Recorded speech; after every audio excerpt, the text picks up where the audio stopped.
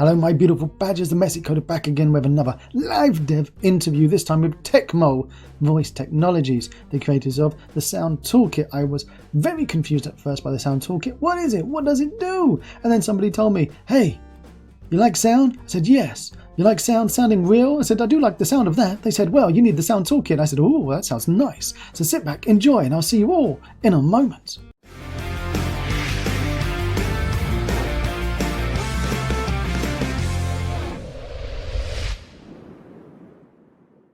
Everyone at home, in front of your Amazon mirrors, your Google watches, your PCs, tablets, mobile phones, give a warm and messy welcome to the creators of the SoundToolKit, Tecmo Voice Technologies. Welcome, guys. Well, there's a group of you. Welcome to the family.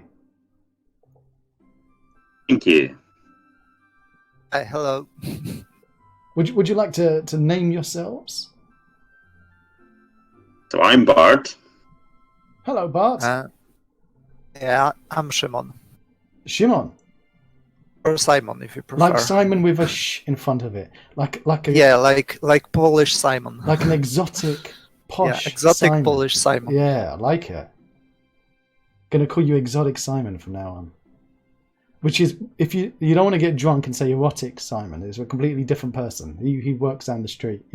It's Exotic Simon. Exotic Simon. Brilliant. I love it. There's so many Polish people I've been meeting these days. It's non-stop. I think you're like the fourth Polish developers I've met this week. Is it something? Is it like a grant at university that helps fund developers and programmers in Poland? Why are there so many of you? Well, it's definitely so popular. There are a lot of companies on the Polish stock market. A lot of people, I think, are learning from each other. Oh, so it's driven by the stock market? Well, I think it's mostly driven by successes of Techland and CD Projekt. But in the end, also, stock market is happy to invest in game dev in Poland. Are those guys over making Cyberpunk and the Witcher games? Yeah. They've basically just like taken over the industry. Belongs to them now, doesn't it? Yes, but also, they opened the industry as kind of a Polish national industry. Do they give? Does the money from the game develop all these game studios? Is there some kind of like apprentice system that when you're at university or at school, they come to the schools and they say, "Would you like to get a job working at Techland or whatever?" Maybe not that much, but something like 10 years ago, several universities started to open various courses on game development. Oh, wow. Both in arts and in engineering. And of course, a lot of people started working, even like your yesterday guest, I was listening to you, in a large company, and then they go to smaller, and finally they start their own. So I guess it's similar case with CD Projekt and Techland in Poland. So what's your guys' story? Where are you all from? We're from Krakow. We are from actually university. We used to be academics, and we started a company. We work mainly actually on speech recognition and speech synthesis, and SoundToolKit was kind of a side project. We are basically a tech company. We made one game, Invaders. We were helping Unsure Studios to make another game, which was a training simulator for firefighters. But we are not a typical game dev people. We work for banks, for insurance companies, and this kind of stuff as well. That's amazing. A training for firefighters. Yeah. What was that like? Was it VR like they'll be standing in VR and then somebody has started like put a hairdryer next to them or something to make them feel hot. How does it work? You Well, wouldn't, it was- you wouldn't have to use a hairdryer because if you properly do the game, it will make you hot itself with VR. So That's not because the headsets were burning their heads. It's No, but we had one interesting situation. We were doing tests with real firefighters when they were on duty, and during the game they had alarm, so they all took their Oculus out of the heads. They ran to their car, and 2 minutes later one of them returned, and he told us he can't go because he's too, dizzy. oh my god! It would be not safe. So they went without him. It's not just me then. Oh, brilliant! Because I am still recovering. I'm still recovering. Oh, from this the is dizziness. the training system we did with Ansh. Well, let me just put it this way. I'm pretty sure that if they had tried to use Subnautica, it would have been worse for them than the training system. I've never experienced it. I love Subnautica, but I've never experienced something as bad as that in my life. They could use it in the army, in Guantanamo Bay, to torture people. It was that bad. It was awful, really. It was horrible, which kind of put me off VR. But I'm being told by everyone in Discord that you need to train yourself slowly over like small VR applications, a bit at a time, to desensitize yourself, like to get ready to be able to be in more intense VR stuff. Now I'm assuming that with the sound, does having the 3D sound that like you guys are doing, does that help people feel less dizzy and confused in the VR, or does the 3D sound actually increase that dizziness? I never thought about it. Ooh. I think it helped a little bit. It was not like night and day difference, but it helped a little bit. At least with our firefighter tests. So with the firefighter tests, did anyone vomit? No. Oh, that's brilliant. That's a good sign. No, we had one guy. He was like I don't know, around 50 something, I think, and he just didn't play games.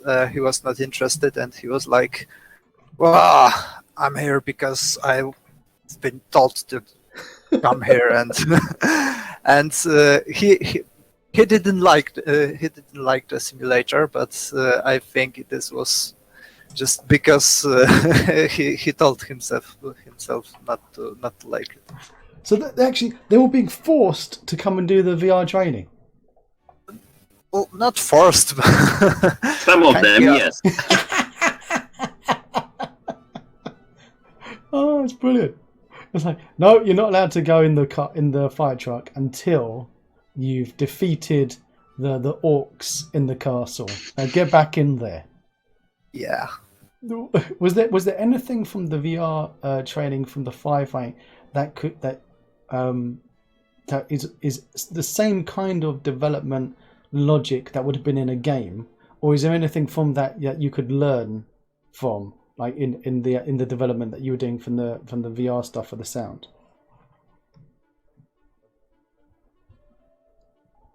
Or is it like completely unrelated whatsoever? I think from the sound perspective, it's just like any other game. It's like okay, but this simulator was developed like 3 years ago, something like that,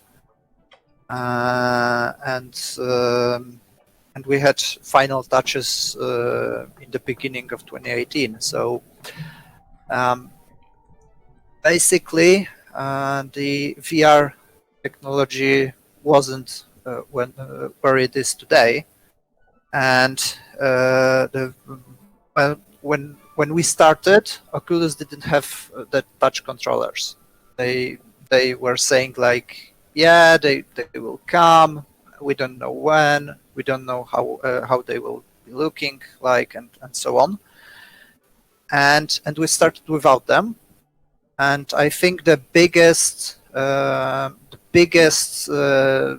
thing related to VR was when the controllers were introduced, and people were like, "Oh, we can grab things and stuff like that." So, wow. So what was it used to be like? Was it just you had a thing on your head and then you used your mouse and your keyboard? Or an Xbox pad, but yeah. Oh wow! And then when the controls got a little bit more immersive, people started to notice sound more. They were without SoundToolKit. They were like, I don't know where this sound comes from. It's weird because it's quite different from what I'm used to. Because you're completely shut off from the environment. I had a few occasions when I tested some prototypes in VR, and I started knowing where my desk was, and after a few minutes, I'm trying to sit on my chair, which I pulled back, and I'm sitting on the desk because I completely lost the sense where I am. So for this reason, I think in VR, sound design is like infinitely more important than in classic games.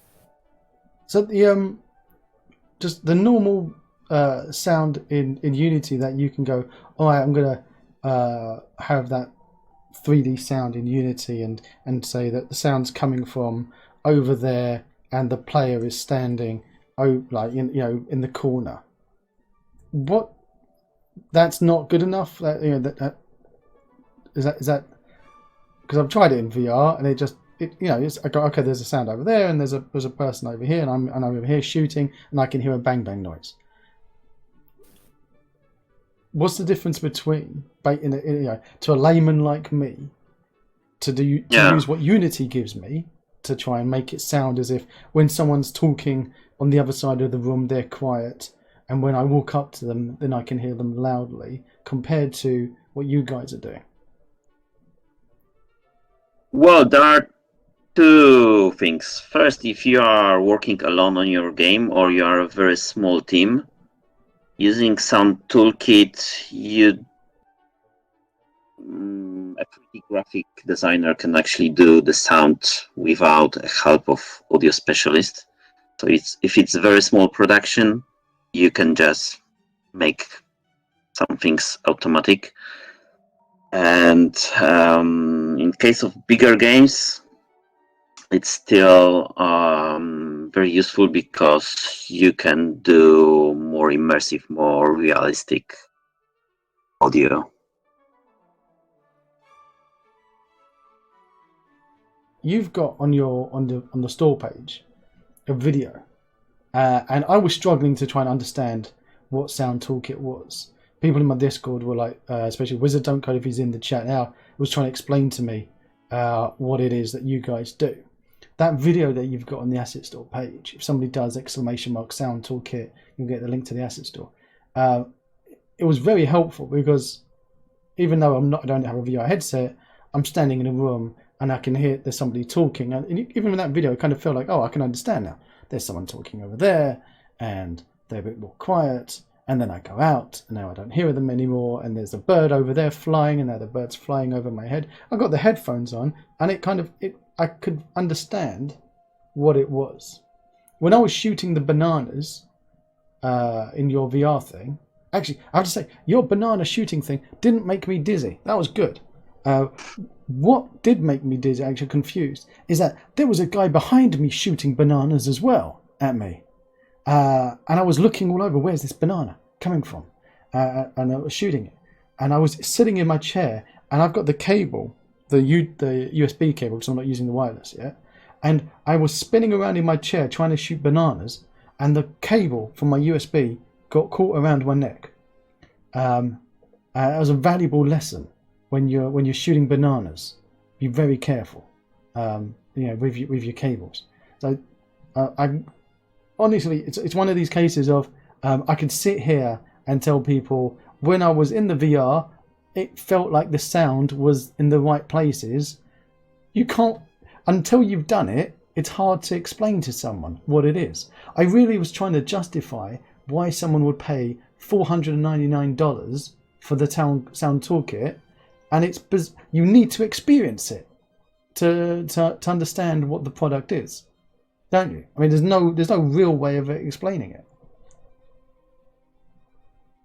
True. True. Put it very nicely, true. thanks. I was hoping you'd say, no, actually, here's a very succinct way I could explain exactly what it is. No, it's really hard. I mean, even if you refer to like things you know and things you tried or observed, you can't always assume anyone else experience the same. For example, I have a neat example that involves a cat, and not everyone has a cat. My cat likes to crawl in small spaces, like every cat. And I'm worried where this story is going. yeah, and she actually liked one of my bookshelves so much that I basically left an empty space for her. She has her own space on your bookshelf. Yeah, and when she jumps to this empty space, sits there and starts purring, it's like really louder. It gets so loud that for the first few times I was like, what the hell? So you've got this hidden cat in a bookshelf purring away. Yeah, and you don't know where she's coming from. Yeah, it makes a massive difference, and it's really loud because the reflections are centered in a small space, so they kind of gets. So have you made a cat inspired demo scene then? No, no, we didn't, because I didn't have the cat when we were releasing SoundToolKit. Oh, you need to make one now. Yeah. You need to make a new demo scene with a cat involved demo scene. That'd be awesome. Well, for people to try and understand what is it that you guys do, you've been ingenious, very intelligently. You guys have made a free version of the SoundToolKit called the SoundToolKit Demo. That's available on the Asset Store. Now, I'm going to guess that the free version does everything that the paid version do, and then people don't have to pay the $500. Is that correct, or is the it's not so generous that you're giving it away for free? Yeah, it does everything except it's one sound source and one playback. So it's the same. In every other way, it's the same. Oh my! So it literally is the same, exactly the same as the 500, but with one source. Yeah. So what if your game only needed one source? You could get away with it then, couldn't you? Yeah. A very simple game, one source. Get it for free. You don't have to spend $500. I like it. I like it. Also, what you could do if you don't want to spend $500 is take advantage of it being a 70% off today only. That's a bargain if ever I saw one. 70% off, one day only, and it was just because you guys were coming on my stream. You asked Unity to put you on a 70% off for today. It's amazing how these things happen. Isn't that right? Yeah. Deadly silence. But you've also got something else that we're going to be very fortunate playing about with. You gave me a couple of copies of your monkey on the Oculus. I actually got it working on the Oculus too, by putting in the Oculus software on the PC and then running the monkey from inside the headset. That worked. Am I able to share that with a couple of the mods on the? Because you gave me 5 keys for the monkey, and there's only one of me, so I'm left here with four monkey keys and nothing to do with them. So can I give out the 4 monkey keys for your awesome monkey game? Yeah, feel free to do it. All right, you know what I'm going to do? Let's have a warm-up raffle in chat. So everyone in chat, whoever wants to play about, where's the video? Have you got a link to your monkey? Because I keep calling it your monkey. Trying to find a link. And if those were asking, why does Tecmo have monkeys on the asset store? It's literally for this. They've got these monkeys were throwing bananas at me in VR. It possibly was the most surreal experience of my life. So if you want to understand why they've got monkeys on the asset store, this is it, Sengoku and Sanya. Where's my robot? Where's the robot? Here it is. Let's do a raffle. Gonna do a giveaway. Gonna call it Tecmo's Monkeys. It's called, what's the name of the game? Banana Invaders. Banana Invaders. I'm gonna call it Banana Invaders. So much better than calling it Tecmo's Monkeys. That's why we called it Banana Invaders. You know. I don't know. Was Tecmo's Monkeys a possible alternative at the time? Were you thinking, what should we call this? Tecmo's Monkeys, or maybe we come up with another name and somebody said Banana Invaders? They went, oh, right, that's a bit better than Tecmo's Monkeys. Yeah. No. But I think it had something to do with Space Invaders. Oh. Yeah, the first goal was to take Space Invaders to 3D, and then we changed so much that it wasn't Space Invaders at all. I want to be really polite to you, okay? I wanted to be really polite and say this feels like it has nothing to do with Space Invaders, and I was trying to find a polite way of saying it, that if this was Space Invaders, possibly you might have failed on the idea of it, but what it does remind me of is asteroids. Yeah, kind of. Yeah, so it's more but asteroids. Banana Asteroids would be, Banana Asteroids would be a really stupid name. And Space Invader, Banana Invaders is okay. So. Marketing. So, Banana Invaders, Monkey Asteroids, Banana Asteroid, no. Tecmo's Monkeys? No. Okay, we'll stick with Banana Invaders. But it doesn't do anything with Space Invaders. That's fine. Nobody will notice. Let's just go with it. Okay, let's do it. And then he went live. How much are you selling it for on the asset store? £50? No, £3.99. But we've got 3 lucky winners who are going to get a copy of Banana Invaders, because I've got 1 promised and I used up 1 myself. That means I've got 3 left over. So if you want to get hold of Banana Invaders, do !raffle in chat. It's actually a lot of fun. I'm going to say it's the most fun game that I've played so far on the VR.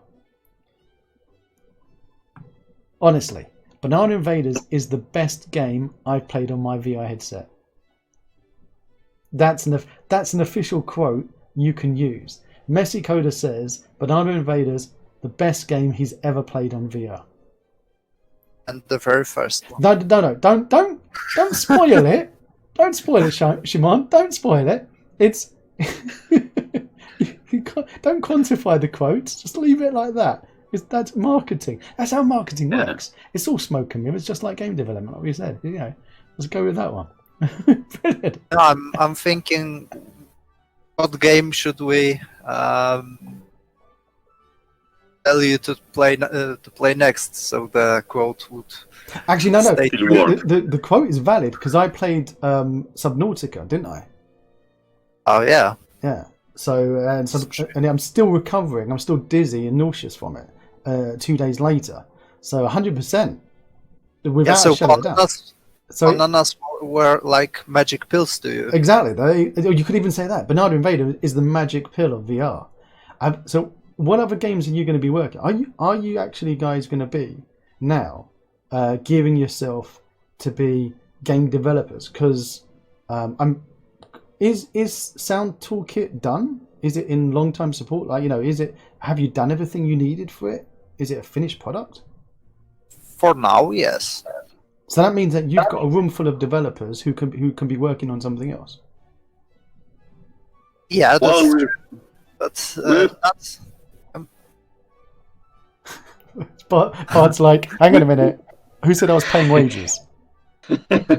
We're thinking a bit about making games. Well, something what would be between a game and audiobook. Oh, let's say brilliant. spoken game. So, like, But is it like a story-driven that you're like an adventure game, or is it like you're watching like an interactive movie where you're sitting down and you're able to look around in the VR in the movie? What are you thinking? not VR. Not even Adventure VR. Oh, interesting. yeah. So something you would play in your car, for example. Not while you're driving, surely. Why not? So literally just audio, no visual. As you're driving. Maybe some small interface, like, I don't know, a picture of a character. I don't know, but Like, you don't want very basic visual. You don't want people to crash their car, mate. Obviously, not the driver. Somebody who's a passenger in the car at this point. Yeah. Disclaimer to anyone who's going to be playing Tecmo's game while driving. Tecmo are not responsible for any accidents as you are driving and playing computer games. Please do not try this at home. Let's pick the winner. We've got 3 winners. Drum roll. We're going to do a drum roll. Who are going to get the monkey Banana Invaders. I love your monkeys, by the way. They really are wonderful. 60-minute reporter. You are a winner. Make sure you are a follower, because you should be a follower. And hit me up on the Discord, please. So 60-minute reporter. 60-minute reporter. Are you a reporter for 60 minutes? Have we now got a famous reporter from 60 minutes in chat? If so, you can't have them. I'm interviewing them. Go pick your own people. Also, we've got Oshino Yoshida. Konnichiwa. Well done, Oshino Yoshida. And the last winner is Kamal. Kamal, you keep on winning. You need to play the lottery. Kamal, congratulations, you 3. You are special, beautiful badges. Yay! Everyone has won these Banana Invaders. How long did it take you guys to make Banana Invaders? Because to me, at the moment, that's more important than the SoundToolKit. Because this is important. How long did it take to make Banana Invaders? 4 months, something like that. And that is next question. How hard was it to use the SoundToolKit with Banana Invaders? Does SoundToolKit now make it take even longer to make your game, or is it really easy to use? At first it was hard because SoundToolKit was in a beta version, so not everything was stable. But then when we moved with SoundToolKit from beta, it really was really simple. It's just I think if we made the sound in Unity itself, per Unity, Just the normal basic Unity sound, the boring stuff. Yeah. It would be like 2 months of work more. Really? It would have taken you 2 months more work. Yeah, because most of this work that we put in was in testing. So to try to balance the game, because at first it was like really like a death match. You would die within 20 seconds of starting the game, and it was fun for some people. Really? Yeah, because it kind of is true in the final version, but it was especially true then, because you always knew where the banana that killed you came from, and you just missed it by a split second. So this was really fun, and we tried to retain it as much as possible in the final game, but not make it as frustrating. I couldn't tell when I was playing it where the banana was coming from. Did I not have the volume up high enough? Is the banana supposed to make a noise as it's coming towards you? Yeah, it makes a noise, but because it's from a really far distance, you basically hear it. When you hear it, you have to shoot it, like now. Yeah, I had about 20% accuracy was my accuracy when I died. It tells you your accuracy, blah blah blah, and mine was 20%. I shot about 4 bananas and I would die. And when I would die, I was looking around to see where is this banana. And I'm so new to VR, I turned around and there was like a banana right in my face. And I moved my head back as though I was, going to poke my eye out with the banana. It was such a strange feeling.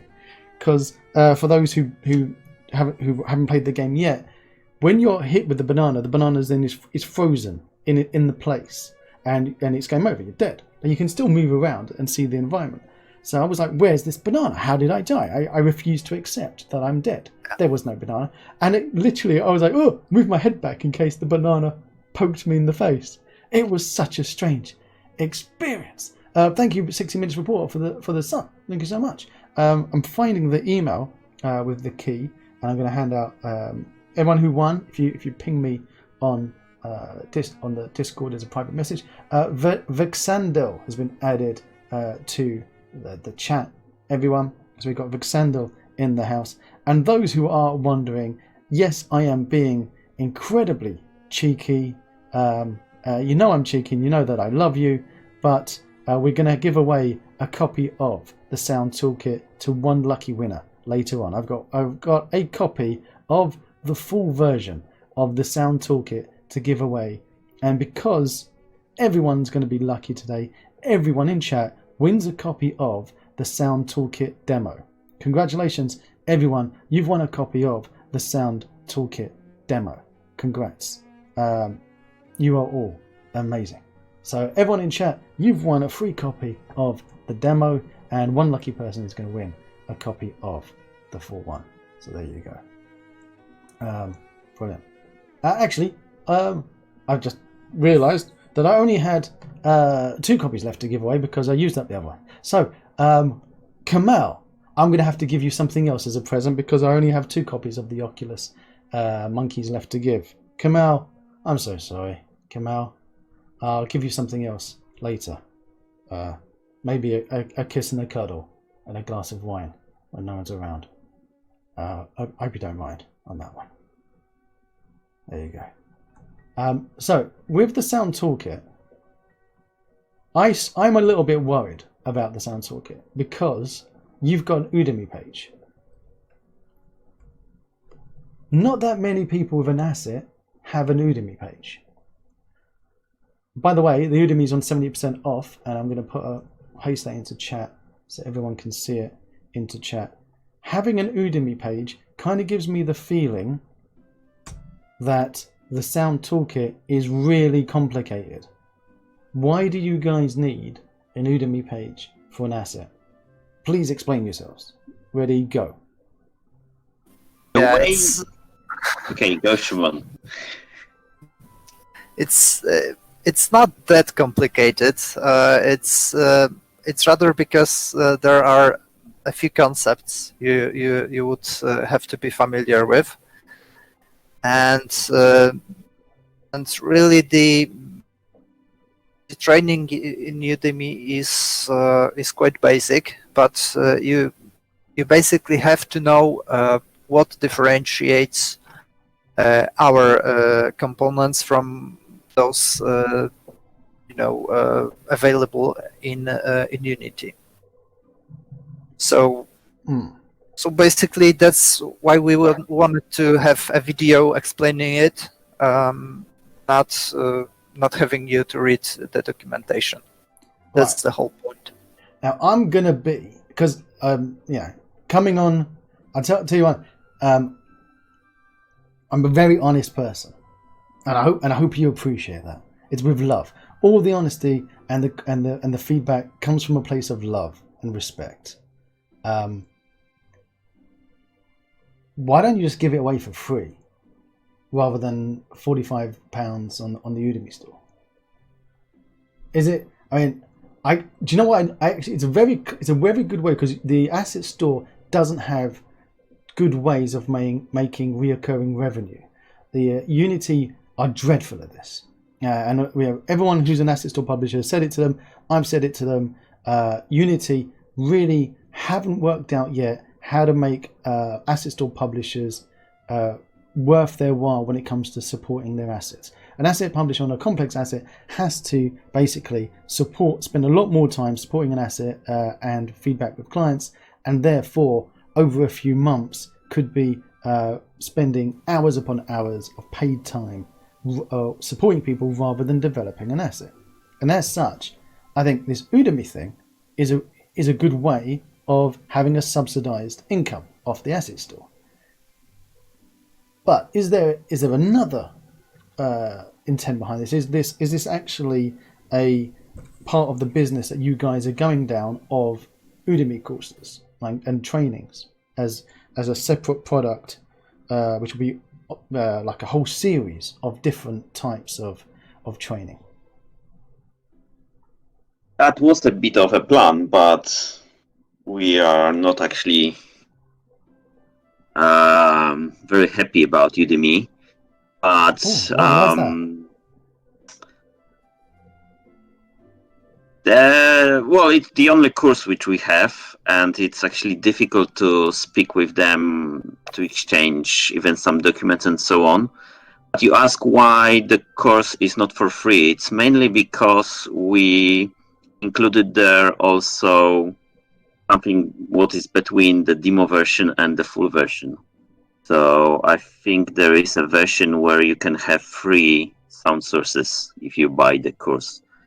But we give it actually for free to people who bought the full version on Unity Store. Ah, cool. So when you buy this, you're actually getting some code with it. So it's a little bit dangerous in that regard of giving that away for free if it has stuff. If I go back to today's daily deal, if you've got the demo version of Tecmo SoundKit and you went and paid £50 for the training, that means that you've actually got more than you would have had just with the demo version. Is that what you're saying? Yeah. Oh, you got to be careful with that. There could be room for a little bit of misuse on that one. But if you go and you buy the full version, you get the course for free. People don't have to spend £500 and then an extra £50 to get the Udemy course. That's what you're saying. Yes, it's not automatic because I don't think we can do it, but I think we wrote it somewhere in description and people email us for the code on Udemy and then we give it to them. There you go. There is now a dedicated training course available. It goes in depth how did it work? And you can get a £5. Oh, you get a £5 discount. There you go. You got to change that to say you're giving away for free. But at the moment, it's $10. 78% off on Udemy. Now, people are asking, do you get the source code when you buy the SoundToolKit, or is it like closed with DLLs and shenanigans? Well, for the price, it would be really crazy to give the source code. I was about to say, is the source code for because the equivalent of what like Wizard Don't Code was telling me is that Microsoft have got a similar kind of thing that you have to use with their Azure servers or something to bake the audio. And Microsoft seem to be Microsoft your only competition out there. So if you gave away the source code for the Tecmo voice technologies, would you be closing down your business because you've just given away everything that you've made? Well, basically, we would have to. But the point being is that you don't need the source code because it does it for you, doesn't it? I mean, you're not going to be editing the code for the 3D. I don't know, how do you call it? What do you call it? 3D sound? What is the terminology of what this is? I'm still trying to work out a good way of real-time simulation acoustic phenomena. That sounds too long a word. Yeah, we called it sound tracing. Sound tracing? Yeah. Like ray tracing? Yeah. Oh, that's better. Is that your word, or is that an industry word now? Yeah, I have no idea. We just started using it so long ago that I just. Well, actually, it's something between ray tracing and beam tracing. We use partly ray tracing and partly beam tracing, so that's why we, I think, made the new word. Awesome. I mean, that sounds a lot better than real-time simulation of acoustic phenomena that occur in real life due to geometry and scientifically measured materials using particular scene. That as a name for a type of technology would be a little bit too long. I'm looking at the review. Somebody said like you've got 8 reviews, but was it? There was more reviews, text reviews than star reviews. That doesn't make any sense. You've got 7 stars here, but 8 text reviews. Yes, you can leave a review without leaving a star. Is that what you're saying, chat? Chat was saying something about how Unity's review system works. For this, how many people? This is a year ago. This is a year ago. This is a year ago. This is a year ago. This is 10 hours. Here we go. Finally, we got someone. Because you guys are in the daily sale. I'm waiting to see today's reviews. I need to see from people who are reviewing. Come on, if you've purchased, right? If you've gone out today and you've purchased the SoundToolKit from Tecmo, leave a damn review on the Asset Store. Don't be shy. They obviously don't have that many sales on because it's a $500 asset versus a $50 asset. So if you've bought it and you love it, tell people about it. Don't be shy. Spread the love. You only see 7 of 8 reviews. That's because the 8th one, you have to pay an extra $50, Sengoku, to see it. It's a hidden review. It depends what you mean by full customization. What are you guys talking about in chat? Does SoundToolKit provide full customization like WYs? First of all, what is WYs? And secondly, what is full customization? Over to you, SoundToolKit peeps.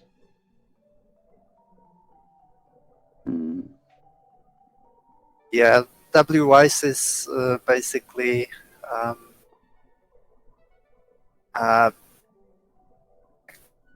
software that does not really the same thing because they are more into telling when audio should play and things like that. So more for scheduling.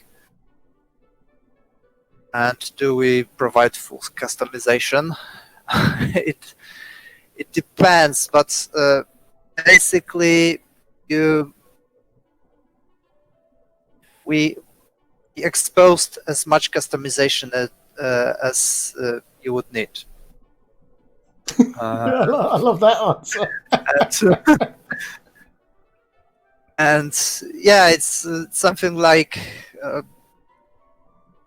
we made a knife that you can't cut your leg off with it. So that's. Is there anyone who would want to take, because like as you say, you've made a knife that won't cut your leg off. So basically, you've made a sports car that won't go above a certain speed to protect people. But are there people out there who would need to have a more dangerous vehicle to have more exposed? And would you then would they be able to contact you and say, look, I want to do a little bit different than what it does. Can I pay you, or would you be able to provide it to me? It depends on the case, but I think yes, we could be able. Because it kind of feels like you guys are not your standard asset store publishers, because your product is I'm going to say it's very different. It's so different. It took 3 people to make me understand what it was, and a video that you had on the asset store. I can imagine that the people who are going to be using this are using it for a real project, not something they're mucking about in their bedroom with some assets that they're going to flip on Steam for £5. It's used by real people in real projects, or even like fireman training videos, games. So in that regard, you're probably going to be able to do a lot more freelance work for your clients who are buying your stuff.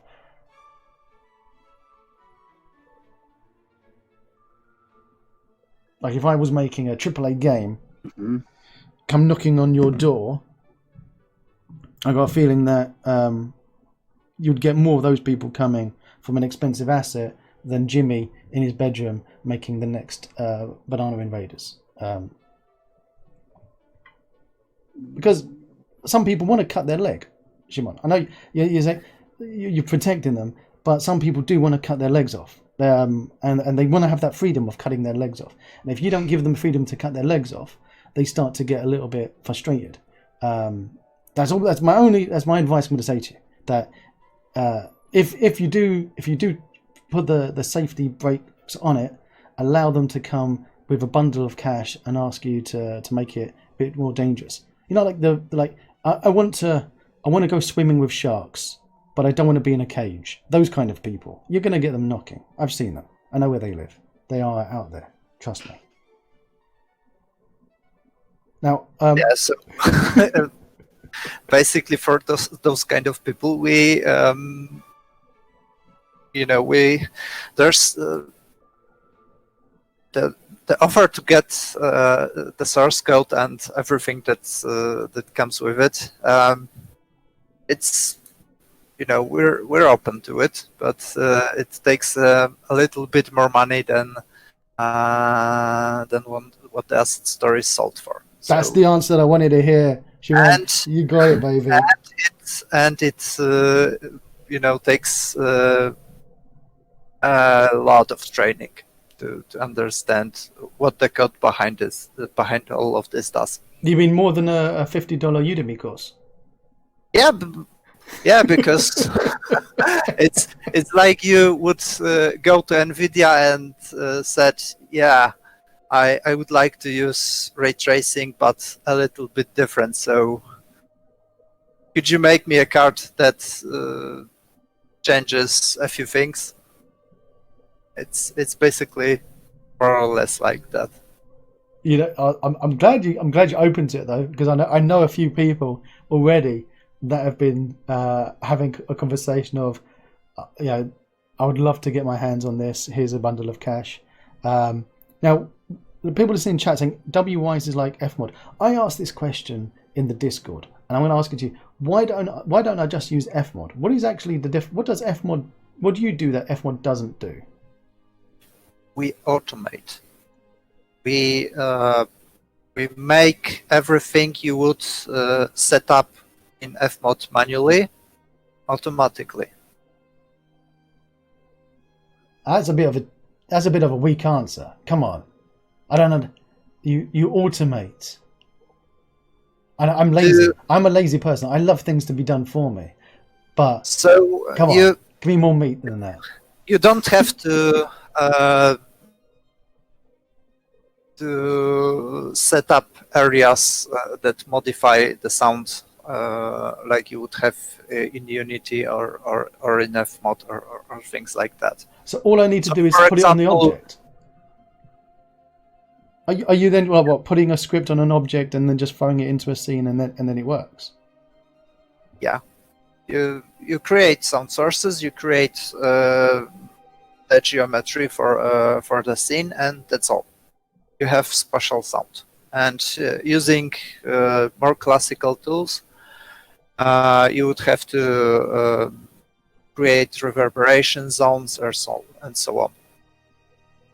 So how does it know that like my wall is spongy or my wall is hard? Because you have to put a material on the wall. So just like in real life, where that material on my physical wall has some kind of attributes to it that I personally might not know about, that I'm telling in Unity this material now is it's a nice spongy material, or it's those eggshells like you've got in a sound room made out of that acoustic foam. Yeah, exactly. What about a bald person's head? Could I say that could the sound reflect off a bald person's head differently than someone with hair? If you had a head large enough, then yes. Why not? I like that. As that should be on the cover on the asset store page. That demo, the showing the difference between sound bouncing of a bald person versus sound bouncing of someone with hair. I like that. I'm totally like, what the F? Yes, this is where my mind goes when it comes to 3D sound, Sanyo. This is where my mind goes. People are asking, what are the future versions, Unity versions? First of all, what is the next development for SoundToolKit? What features haven't you yet developed that are going to be on the roadmap for you to churn out? Mainly support for other platforms. So like Oculus Quest and mobile phones and so on. But because the code in SoundToolKit is in many places really low level, it takes a lot of time to port this to new platforms. So mainly this. We have some ideas for tweaks to make the simulation faster and better.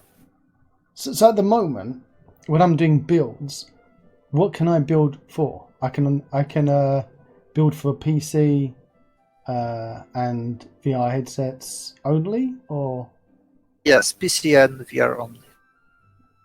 Is there like a limit of which VRs are supported? Because I only know of 2 companies that exist, but everyone in chat knows far more than me. There's a HTC thingamajig and an Oculus thingamajigs. Is there a difference in the different Oculus? Because obviously there's a Quest 1, there's a Quest 2, there's a... What's the other one? Rift? Yeah, Rift was the classical one. So you can tell my ignorance on VR. You've gone into a room with someone who obviously knows nothing about VR. I use Pimax.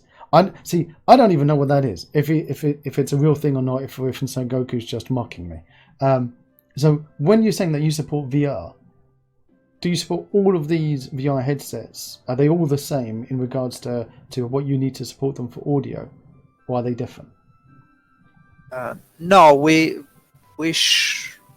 I don't see any reason we shouldn't work on any headset that's that's not plugged into the PC and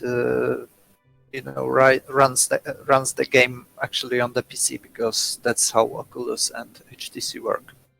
So the ones who've got the game installed directly on their headset, though, that's regarded as a completely different platform then. Yeah, because these are basically mobile phones or things like that, enclosed in a headset.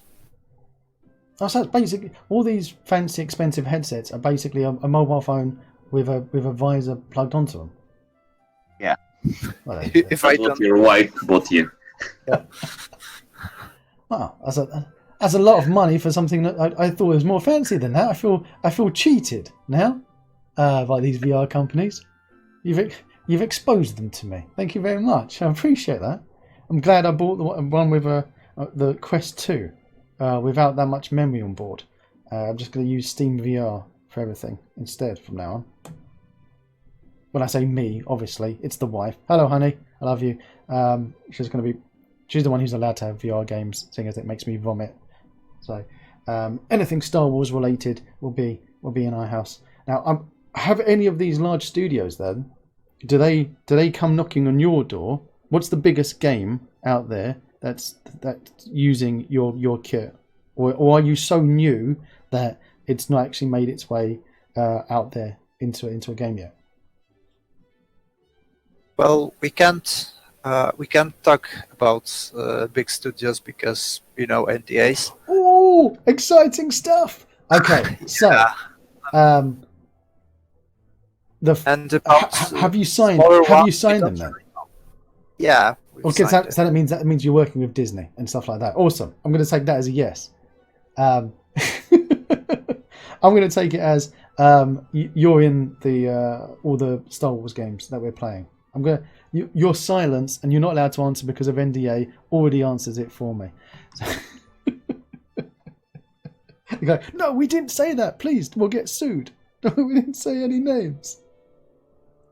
I can guess. How are you supporting all the different versions of Unity? Because Unity's lovely. We love Unity, but like I told Unity when they came on for an interview, I told Unity that using Unity is like being in an abusive relationship. And in the most, like I told you, things come from love. It is though, because they're constantly changing and breaking things all the time. How does that work with you guys? And if now we're going to buy SoundToolKit, which versions are you supporting? We don't support yet the newest Unity versions. The 2020s. Yeah, we have to work on some tweaks for that. But basically, anything from 2018, 2019, we do support, and it's not so bad for us because audio API in Unity is quite consistent and it doesn't change that much, especially compared to Unreal where it changes from version to version. Really? Yeah. Oh, wow. So Unity is actually, in terms of audio API, quite a lot better. Oh, they'll appreciate hearing that. So they've, whereas Unity have managed to completely screw up the shader render pipeline supports, they've managed not to ruin the audio. That is really good to hear. So, do you guys have a SoundToolKit for Unreal then? Is there an Unreal version of this? Yes, there is. It's available just like the SoundToolKit for Unity as in the Unreal store. Thank you, Sanyo. Just posted a link for it in the chat, and I know there's a few of you in chat that use the Unreal engine over Unity, and some of you use both for different games. So, what's the main difference then in using the SoundToolKit between the Unreal version and the Unity version? Or if you watch the Udemy course, will it work on both? No, Unreal version is quite different. But we in Unreal we had much more flexibility to make the use of SoundToolKit really similar to how you would use the audio API in the engine. So we didn't feel like we need to create a course for that. If somebody's bought the kit on Unreal and they want it for Unity, do they have to go out and buy it again on the asset store, or are they able to contact you and get the license working for both? Well, nobody asked us for this so far. Oh, we've got a question in the chat. So Yeah, is the I license see. switchable? Although, to be honest, the question is switchable from Unity to Unreal. So it sounds like Scared Stupid OG wants to run away from Unity and go over to Unreal. If that's the case, I'm not too sure. Well, I'm not sure if it's actually technically possible, because I never found a way to make vouchers in Unreal Marketplace, so I don't know if we can do it actually. From what I understood, and because people have given me a couple of vouchers in Unreal, is that you have to contact Unreal themselves and ask for the vouchers. So you contact Unreal and say, can I have so many vouchers? And then they give them to you. Whereas Unity will just give you 12 and say, here you go, here's 12. And when you use them, they regenerate to new ones. So I think Unity's a bit more advanced in that regard. And apparently, if you want more than 12 from Unity, you have to contact them directly and ask them for some special case. Like if you were doing a Humble Bundle, they would give you like 1,000 keys or whatever and say, here you go, here's 1,000 keys for a Humble Bundle. So yeah, if you do want to do it, you'd have to contact them manually. Or alternatively, what about having your own store? Like Cinti Studios has their own store, and you can buy directly to you, not via Unreal or Unity. Is that an option? Oh, sounds nice. I'm glad to help you. There you go. So that might be a possibility in the future then. Well, you heard it here first. Yeah. But if you need help on that, catch me after the stream. We'll have a chat about it as well. Don't worry. Luco's asking, how would you go about 2020, 2021, 2019 as those three going to be under use? How much time would it take to... Oh, okay. So how long would it take you to support 2020 and 2021? So is there like a roadmap that you've put in place that by April you will be supporting them, or is it just gradually as you're working? It goes gradually. It's really hard to tell at the moment. The truth is that just before the sale we were selling mostly on Unreal, so we were not treating Unity that carefully. We have to now think about roadmap after this daily sale. The daily. Now you've got customers. Yes. Unity ruined it for you. They ruined it. Now you actually have people buying your product on the Unity store. I think that's also the difference between Unity and the Unreal Marketplace, is that more people buy expensive things on Unreal than they do on Unity. I've found. Yeah, that's not to say they don't buy it on Unity. It's just that people are used to low price assets on Unity, and when the expensive assets come along, people go, well, I'm sure there's a £20 version somewhere on the asset store that somebody will make. So there's a different mentality out there. But why are there now reviews in the Unreal? Why are they now reviews or no reviews? No reviews, probably. I don't know. People didn't try them. They are bad customers. That's the same as in unit. It's seriously, it's like, and we give away so many. I think I've given away, no lie, a few $100,000 worth of assets by now on Unity, because even when we did the game jam, one game jam was over $4,000 worth of assets. So we've at least hit 100 grand's worth of assets without a shadow of doubt. We must have done it, everyone, because we were giving away hundreds and hundreds every week of assets. How many of those people have actually gone and reviewed even the stuff they got for free, let alone the stuff that they paid for? Not that many, to tell the truth. Even I have to be honest and hold my hand up and say I don't review that many on the asset store. What's your marketing tool if not reviews? How are you getting your marketing out there to people? Well, we made all those films. We made the Udemy course. Use a bit of some groups on Facebook. Does the Not Udemy much, course and then help? Did you get much traction out of the No. Udemy course?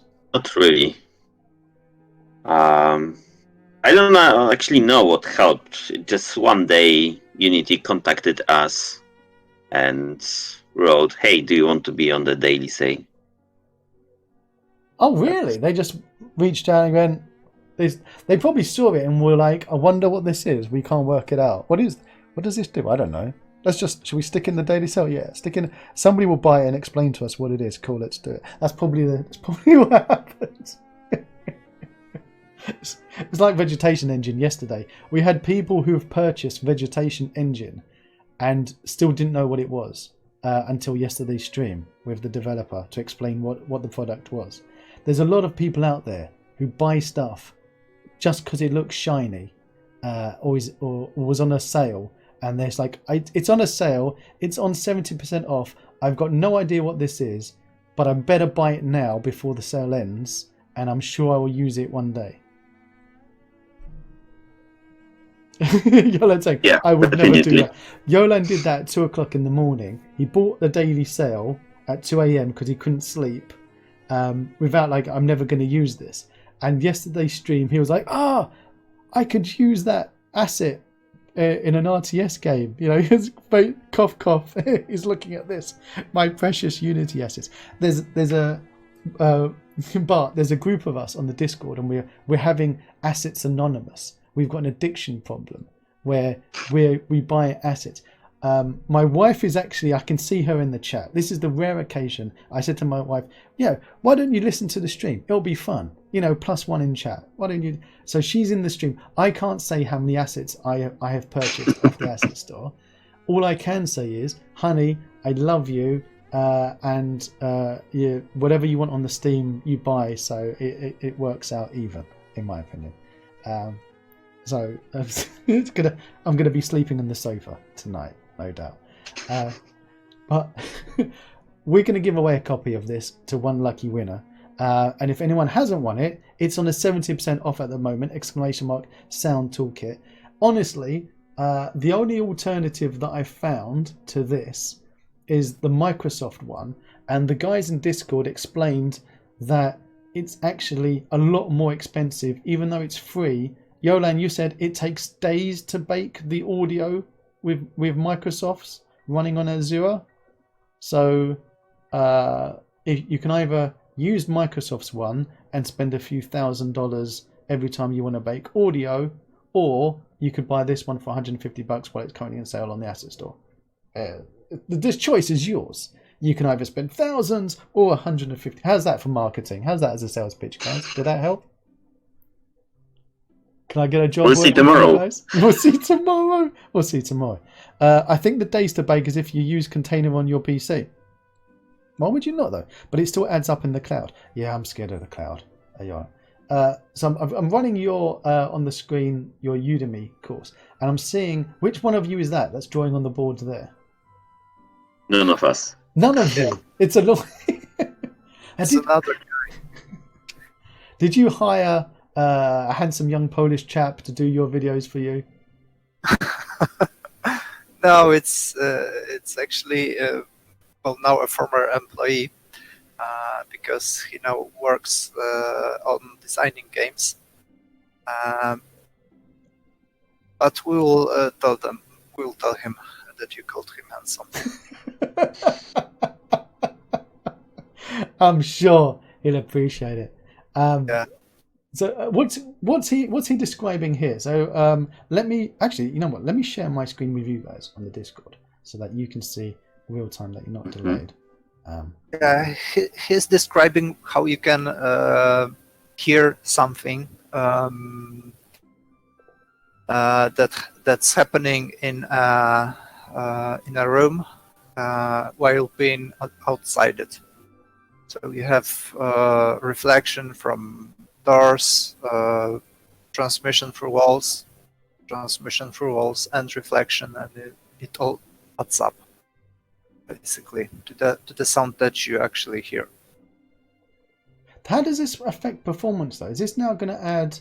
Am I getting penalized by doing this for performance in my game? Because everyone says that, especially in VR, performance is so important because if you start causing it to lag, people are going to start vomiting all over the place. It depends on what hardware do you use to run the game. Because if you're using a 2-core PC, then yeah, it will affect your performance. Basically, SoundToolKit uses 1 core of the CPU. So if you have a 4-core CPU, you're golden. And anything newer, it's basically not really noticeable. So that sounds like a lot. I'm showing my ignorance here, but one out of 4 for my sound. Is that a lot, or is that good? You're selling your product, so you're going to tell me it's fine. But you tell me. That's like 25% of my CPU usage is now being used on the audio. I don't think it's a lot. You buy a whole separate card for graphics, so and it has what, 2,000 cores. So so why would one be that much? No, it's I don't think it's that much actually. Now with Unity, everyone's excited about when they're developing the like things like Veg Studio and Microsoft and all this stuff that offset to the GPU to do the processing instead of the CPU to be doing the processing. Does SoundToolKit, is that going to be taking a move over to use the GPU, or is it fine living where it is at the moment with that 1 core in the CPU? No, it's fine because there aren't many games that are CPU bound, and there are a lot of games that are GPU bound. Basically, if you mostly if you want to CPU bound a game, you run it at 1080p and check if your CPU doesn't can't catch up to the graphics card. So no, it's really, I know 1 core seems like a lot, but it really isn't. It really is not. It sounds like the doctor going, well, yeah, don't worry, you don't use both legs. Yeah, you don't need it. It's like like this night in the Monty Python video. It's really like this.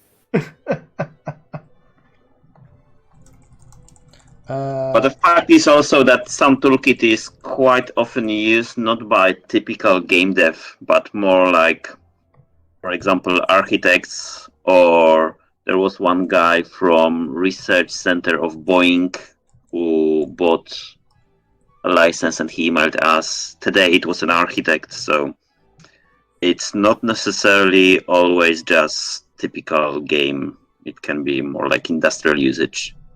I was going to say that there's a lot more being done with Unity than game development. There's a lot of people out there doing industrial, architectural stuff, augmented reality. Now, I was thinking about, because everyone's going VR crazy, but would augmented reality also make use of this? Because if you've got your device or whatever you've got on your headphones and you're looking around at of stuff on your phone or whatever, but you've got the audio it doesn't really work if you don't have the headphones on. Obviously it'll be a bit weird, but if you've got headphones on and you're using some kind of augmented reality display like on a mobile phone, I'm gonna guess that SoundToolKit would be great for that. Yeah, me too. Do you have any use cases? Has anyone done that? Have you seen it? If not, then I'm going to tell you guys, why not give it a go? Have a muck about. When you're bored, you have nothing else to do, make yourself a little augmented reality project with SoundToolKit and show us how it works. That will get you some views on your YouTube channel. I'll tell you that right now. Yeah. Weird stuff. The good marketing, that is. Bit of advice. There you go. You come on the stream and I'm giving you crazy marketing advice. Sengoku's being told that you guys have got over 35 employees. What? That sounds awesome, but at the same time, that sounds a bit scary. Having to pay 35 people wages in this day and age. Wow. So that is a big headcount. I didn't realise you guys were so big. That is a large company. 35 people.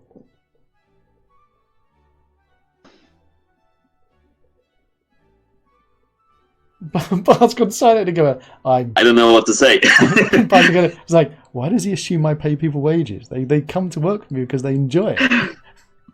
No. I've loaded up the SoundToolKit into Unity. You've tried to explain to me before. Now this is your demo scene. Now, if I click on the wall, I'm guessing that I'm going to see something magical. Oh, look, there is. There's a SoundToolKit script. So this is working out what the material is. Acoustic material. There is no acoustic material on this wall. So does that mean that you can choose bold or with hers? I can choose what? Like you said, that sound will reflect differently from a head, depending if it's bold or yes. So that's what you choose here. Where are all of your acoustic sounds? You've got them in the resource folder. No, you've got them in the demo scenes. But where are they? No, where the heck are they? Plugins? No. Streaming assets? Streaming assets. SoundToolKit. Materials.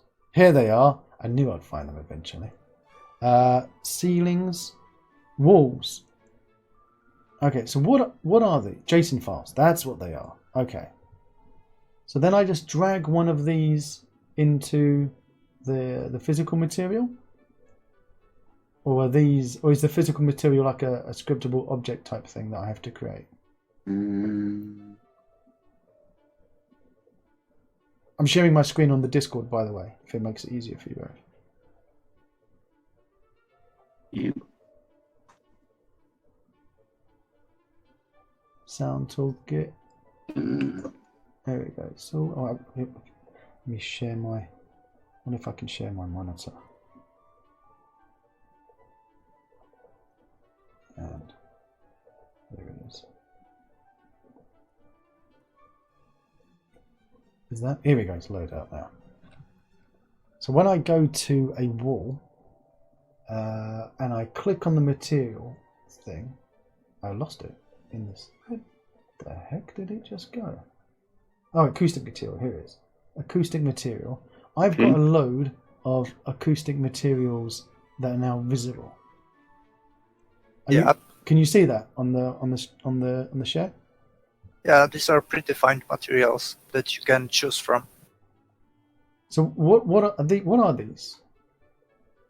Are they your custom type of acoustic material? It's like a texture. It's so it's doesn't say how the or it does. It says how the wall is viewed, but not by you, but by the sound. So sounds basically sound takes or the engine takes thousands of photographs of the scene and analyzes what materials are present in the scene and uses that. So now I've got here visual material. That is going to be the actual Unity material, I'm guessing. I haven't done my Udemy course. You guys were generous enough to give me the Udemy training. I haven't completed my Udemy course. I got as far as watching that video that I showed on the stream. I have to be honest. So apologies there. So I'm going to add just that any material there. So now I've got a visual material on my absorption decrease and transmission decrease. And then it's got active FX, absorption, scattering, and transmission. Oh, if I mouse over, you've got tooltips on. Controls if the absorption effect is enabled on this material. So is this all that I need to edit these, or is there even more editing that I can do, more customization? There is more. There's also attenuation later on. But you would have to switch to the sound source. Okay. Do you want to explain to me how do I do that? Should we do one example where I'm being brave and customizing things? You have to you have to basically find the sound source in your scene. Okay, so it should be somewhere. Where is it? Is it not this ambient source? No, that's your SoundToolKit ambient source. Yeah, ambient sources are not spatialized. So these are like, for music, things like that. So things that you don't want to have put through the 3D pipeline. All right, here's my audio listener, sound controller. There it is. Is this going to be it? No. What's this? SoundToolKit spatial source. Is this the one? Here you go. Yeah. That's it. Found it. I knew it would be somewhere. Found it. By the way, my robot, the chatbot, is frozen again. I'm going to have to disconnect my chatbot. So bear with me one moment, everyone in chat, while the chatbot disconnects and reconnects.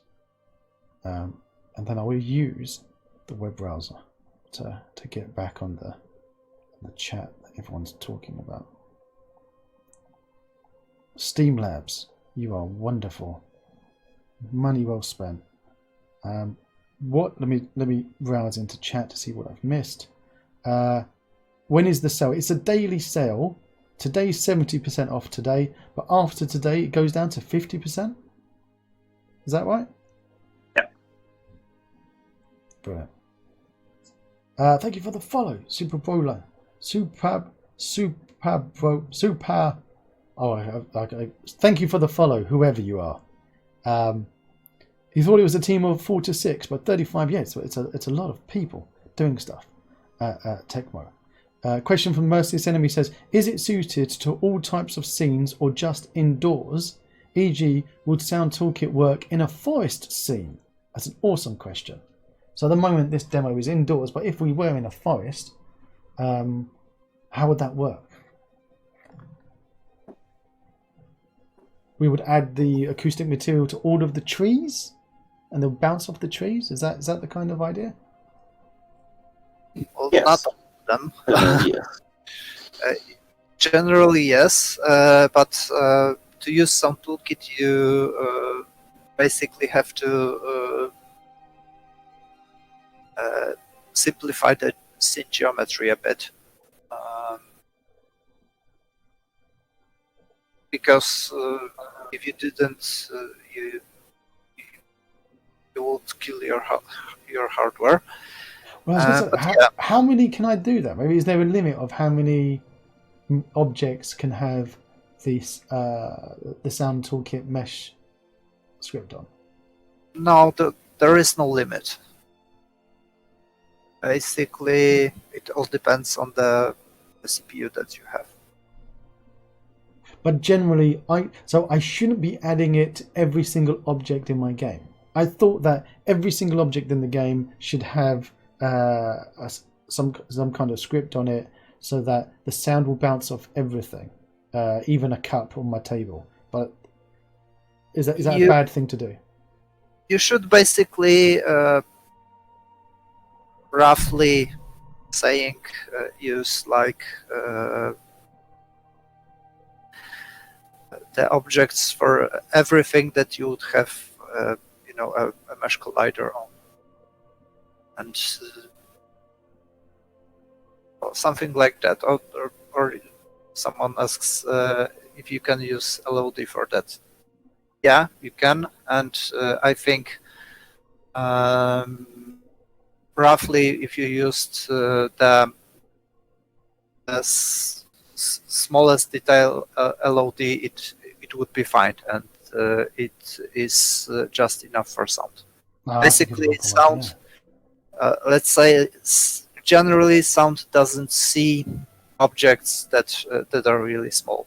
It just goes through them. I like. Who wrote that in chat? I want to say who wrote about LOD. So whoever you are, you're a clever badger. So yeah, that's a good point. MFA PC. So if the rule of thumb is, if I'm lodding everything, I could get away with putting these scripts on my objects because it's at the closest LOD that I'm going to be at, that the audio is going to be on.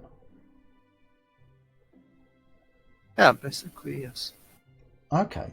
I was a little bit worried then. I thought, well, how much difference is this going to make, honestly, if only 5 things in my object, if only 5 objects in my scene, like if I'm in this room and I can only get away with having the 5 objects with the acoustic sound on, or acoustic material, then it's kind of, to be honest, pointless, because I wouldn't notice that much of a difference.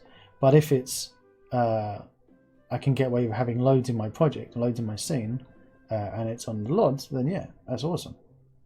You can tell my worry is still this. I have this innate fear of jeopardizing the performance of a project,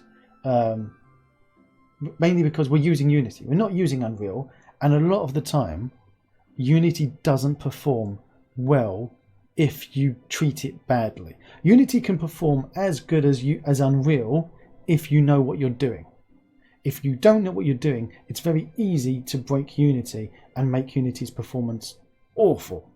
Unreal seems to do a lot for you, especially in the aesthetics.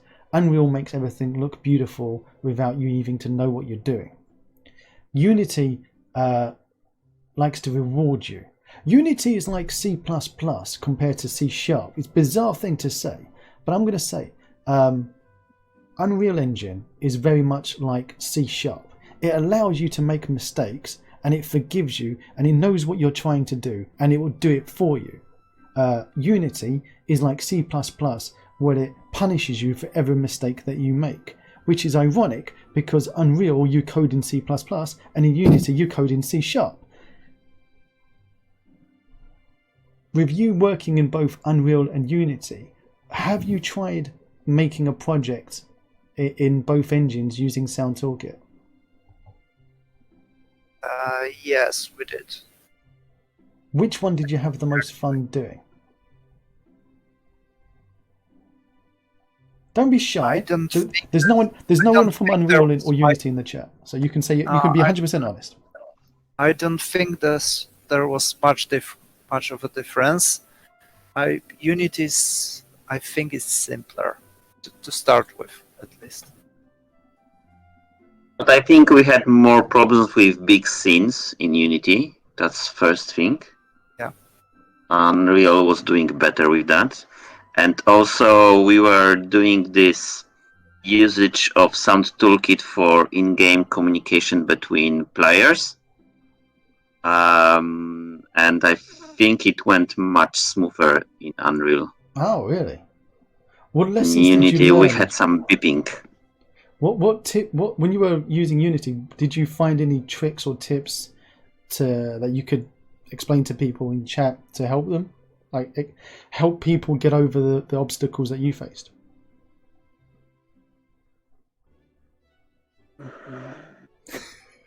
Well, it depends on which project, but with some things we just gave up with Unity, and in Unreal it was easier, like big scenes or this in-game communication between players. Apart from that, Unity was pretty good. What The were you Banana using for Invaders in-game was done communication? in Unity. So what were you using for the in-game communication that you were? Was it like network voice with pun or something, or was it something different?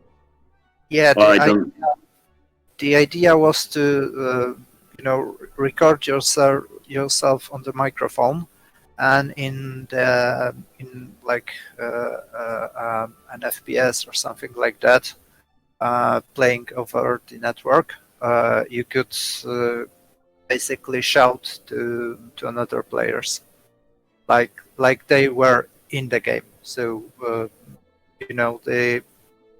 the voice of the player would go through SoundToolKit, would be specialized, and sound like they were there. That is awesome. I'm glad you say that. But did it work? You're saying that's the one that didn't work on Unity but worked with Unreal. Yeah, it. Well, we eventually, I think, got the first demo of it work in Unity. Brilliant. But it was much harder, and we still don't know actually why it would be so hard. All right, I'm going to hook you up afterwards, because I honestly think that you guys should chat with Martin, the head guy over at Dissonance. Have you seen Dissonance voice chat? No, I don't think so. Oh, somebody in chat do an exclamation mark Dissonance, or I think it's exclamation mark Unity voice, or exclamation mark voice, maybe exclamation mark voice in chat. Somebody give me an exclamation mark voice in chat, please. He made a kit called Dissonance, which is a voice tool for Unity, and it'll work with Unit, it would work with Pun, it works with WebRTC, Photon, basically anything. And you plug it in, and it handles a load of shenanigans for you. I think you guys should have a chat together, and he might solve all of your in-game voice problems with getting that to work with SoundToolKit. I think that is going to be a wonderful relationship that you guys could start chatting with. And he loves all things sound, and obviously because he's doing a SoundToolKit. So yeah, I'll hook you up afterwards. He's a really nice guy, Martin, and he also has an asset called Wet Stuff over on the asset store. It might sound naughty, Wet Stuff, but actually it's a very harmless asset. And as you see, Dissonance makes it easy to add real-time voice chat to your game. Simple drag and drop, no scripting required, works with any network system. I think you guys would have a lot of fun together. It basically, it's the best voice chat system I have ever used in Unreal or Unity, bar none. It really is amazing. I bought it a long time ago on a sale. It's still today one of my favorite assets on the asset store. It really is a fantastic product, and he's really good at support. So I think you guys, I'll hook you up. I'll do an introduction to you after the stream. He's a really nice bloke. Hopefully that will solve your problems of Unity doing the voice. And I really want to see the Sound Toolkit in a game shouting, "Hey, Kev!" And as your voice bounces off a bald man's head, it deflects somewhere and it's lost in the distance. I was actually watching the Kung Fu Panda 2 before the stream with the wife and kids, and I was thinking about you as I was watching Kung Fu Panda, because there's a scene in Kung Fu Panda. If anyone in chat has watched Kung Fu Panda, you'll remember that there's a scene where the hero is standing on a building in the distance and he's shouting down to the baddie that he basically is going to defeat him, and it cuts to where the baddie's standing and he can barely hear the sound in the distance, like traveling across the air, and he's calling back and the guy can barely hear him. That in my mind is kind of like how I felt Sound Toolkit is. That it's like, you know, you really feel that audio that somebody is like, you know, how many kilometers away calling out, and then you can barely hear them across the air. And if you had no buildings or nothing in between, then you could hear them better. But if there was a building or some trees or something blocking you, then the sound wouldn't get through. Have I understood Sound Toolkit now? You have. Finally! Yes! It took Kung Fu Panda for me to fully understand the Sound Toolkit. Brilliant. Someone says in chat, Lucas says, I just watched some clip of Kung Fu Panda 3 to 4 hours ago. Exactly. That's probably the same one I watched, Luako. Kung Fu Panda is the best advertisement tool for the Sound Toolkit. I think we should get in a deal with DreamWorks for that one. I think sound materials are assigned per mesh, not per visual material. Let's put back into Unity and see. I'm really enjoying the Sound Toolkit. I mean, the possibilities of Sound Toolkit are amazing. They really are. I'm confused though. If you guys are like, what you're going to be working on next, because if this is like pretty much done and you're just porting to more platforms, what other features are there in Sound Toolkit that you can add? Is there anything that you can actually add to this other than more platforms?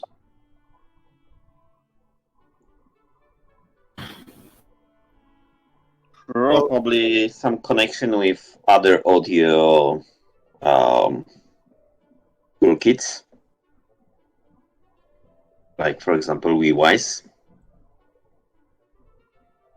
So you'd actually work like with that and what, Fmod as well, or if somebody has that WeWise, whatever it is, and that means that they can use that and use the Sound Toolkit and they don't lose out. At the moment, it could be difficult, actually. So that could be one thing. But I think we will rather work on a new asset, which will be more oriented on speech recognition and speech synthesis for a few languages. Nice. Because this is our mainstream at the moment. For this is this going towards that game that you were talking about, this audio story thing? Also, but generally this is our like main product at the moment, and we didn't use it so far in games much, so maybe we'll try to build asset on this. John, we're going to go to your website at the moment. I loved your website, but when I went to it, first of all, it was all in Polish, and I was sitting there trying, because I studied Polish for a very brief period. I realized that I just said some like dzień dobry instead of dobry dzień, and then suddenly I was either speaking Russian or Polish, which I found was brilliant.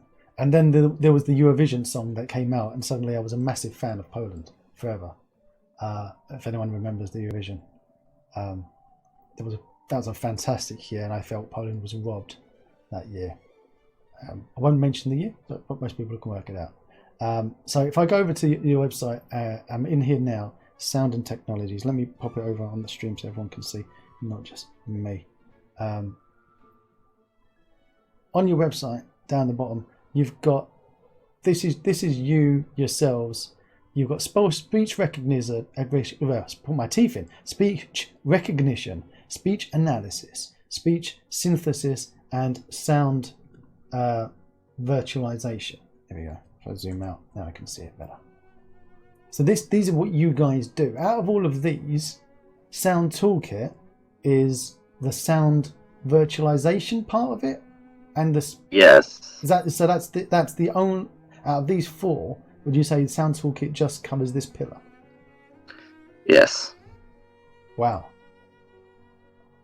So that leaves a lot of more exciting products that you're going to be bringing us on the Asset Store then. We hope so. I love the tone in which you say that. It's like, we hope. Nothing can go wrong, Shimon. Nothing can go wrong. Be optimistic. I mean, look, if the SoundToolKit's anything to go by, you guys are really going to blow people away with the quality of your work, especially your monkeys. You know, the monkeys themselves. Somebody put a link to your monkeys in the Discord, and I was like, these are amazing monkeys. I didn't even realize it was the same people that did the SoundToolKit. I was just in love with the monkeys. The quality of these two packs, the monkeys and the SoundToolKit, speaks volume. Everyone in chat. Sacred Stupid saying, how about post-production sound design for film and television? Is anyone using SoundKit for that? Awesome question. Or are you not allowed to say because of NDAs? I don't know. Well, the thing is, people buy assets on Unity Store, and you don't know what they do with them unless something doesn't work, and then they contact you. But no, we didn't speak with, at least in a serious manner, with anyone working on films. Be interesting to see what they'll do with it. Because you can, there's a lot of people now doing cinematography inside Unity. Mm-hmm. And which movie was it, chat? It was a Disney one. Was it The Lion King that they used Unity to make the story, the actual video storyboards of The Lion King. I think it was Lion King. Chat will remind me if I'm right or not. So there are, like, Disney are using Unity for speeding up the process of making their films. It is for those in chat who are wondering, what can I use Unity for? Yes, Disney are using Unity for making movies. It is true. There's more people out there that are doing. I was playing about with Fmod when I was watching their video, and they've got these YouTube tutorials, and he was showing a car going through a tunnel, out of the tunnel, in the tunnel, and then out of the tunnel again. And it had the car's revving noise changing from being when he was outside the tunnel to being inside the tunnel and then out again. So SoundToolKit can do exactly the same thing without having to set up the areas and stuff. That's what you're saying, isn't it? Yep.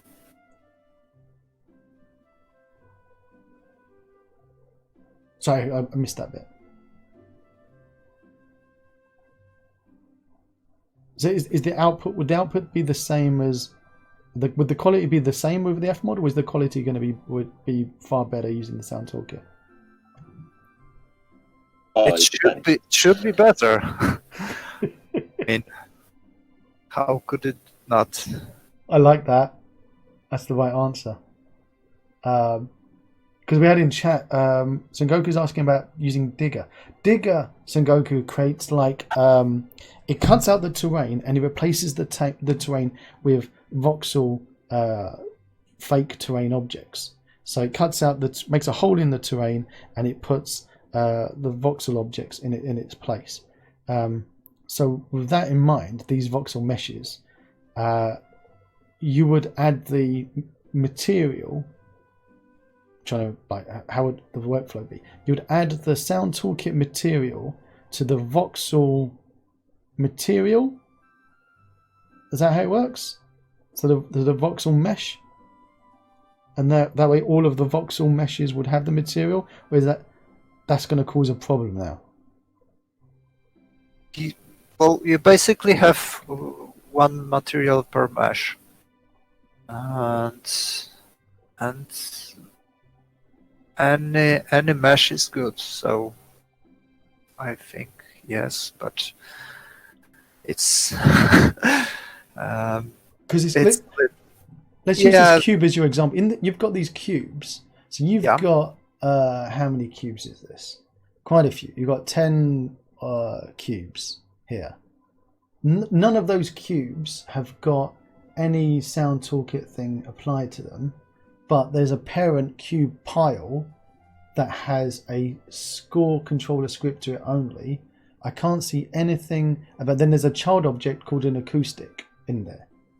So that child object is a big square that sits on them. Okay, there you go. So you're not actually applying the acoustic toolkit mesh to each individual box, but you're putting them inside another box which would act as the acoustic object for the sound to bounce off. Is that correct? How it's working in this demo? I think so. Let me make sure that I'm sharing the right screen with you. Can you see the Unity on the screen share on the Discord? Hopefully, yes. Yes, it's really small, but yes. you should be able to double click it and make it bigger. I'm not sure why it's so small.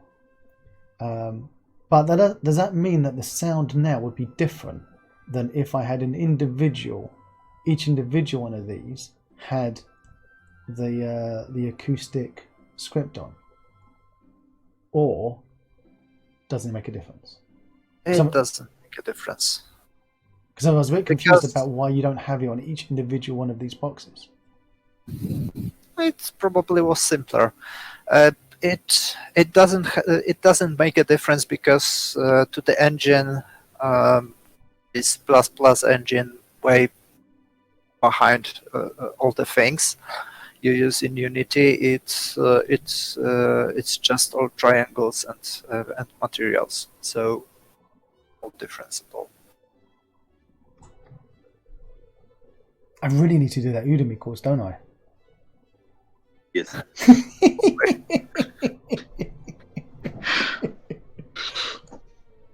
I love it. I'll do the Udemy course and answer all of the questions. Would make life a lot easier.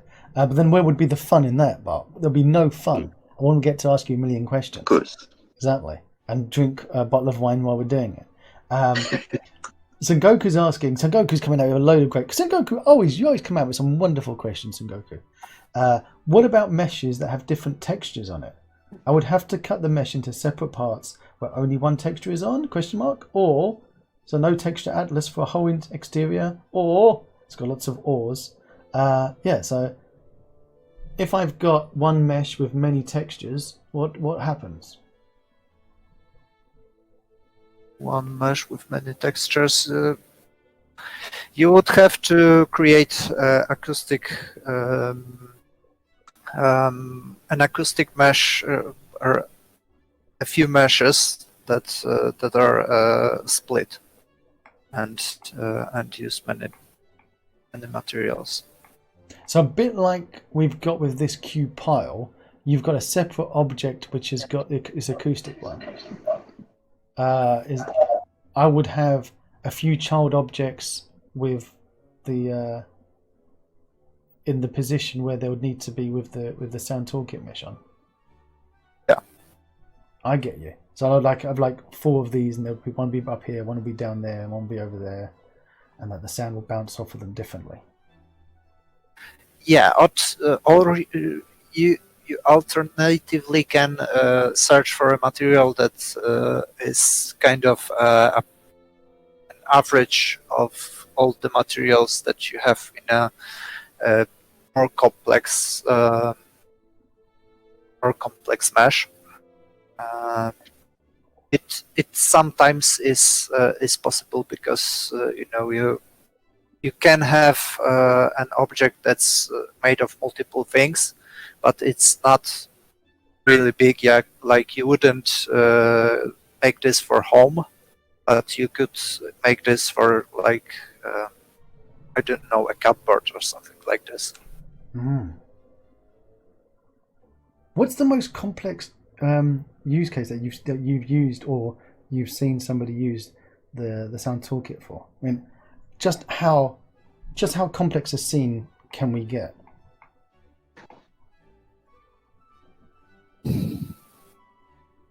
That's because of the big sigh on that one. It's like,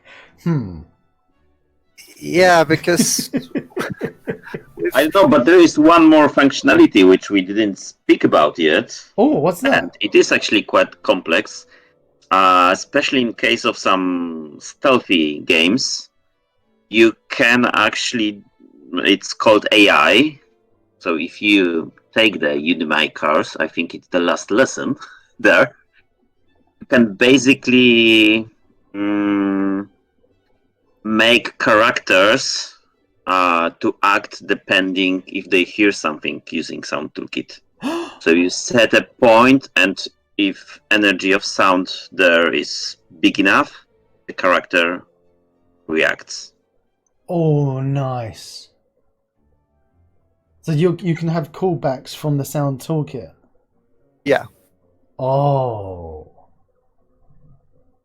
So this is what I'm saying about complex stuff. This is juicy. This is like your people. A lot of people that like basically making games like this, especially horror, scary type games. Chat made me play the Jabberwocky game. What was it called? Escape from the Michael Jackson Wocky. What was that game where if you make any noise in the game, the zombie Michael Jackson hunts you down and kills you? If you haven't played it, it's a very scary game because you've basically got a zombie Michael Jackson. That's it. That's it. Wiki. You've got a zombie Michael Jackson chasing you in an old house to try and kill you, and when he kills you, he goes hee hee, like stuff like that. It's really scary, but chat didn't bother telling me that the game can hear your microphone. The game can hear you talking. So obviously, as a streamer, I'm sitting there talking to people in chat, and Michael Jackson keeps on finding me and killing me. But Unity, you could be hiding somewhere, like trying to whisper, but Unity sound, Michael Jackson will still hear it. Sound Toolkit, you could be hiding behind a box or in a cupboard, and the sound then wouldn't travel as far as if I was outside the cupboard. That is amazing.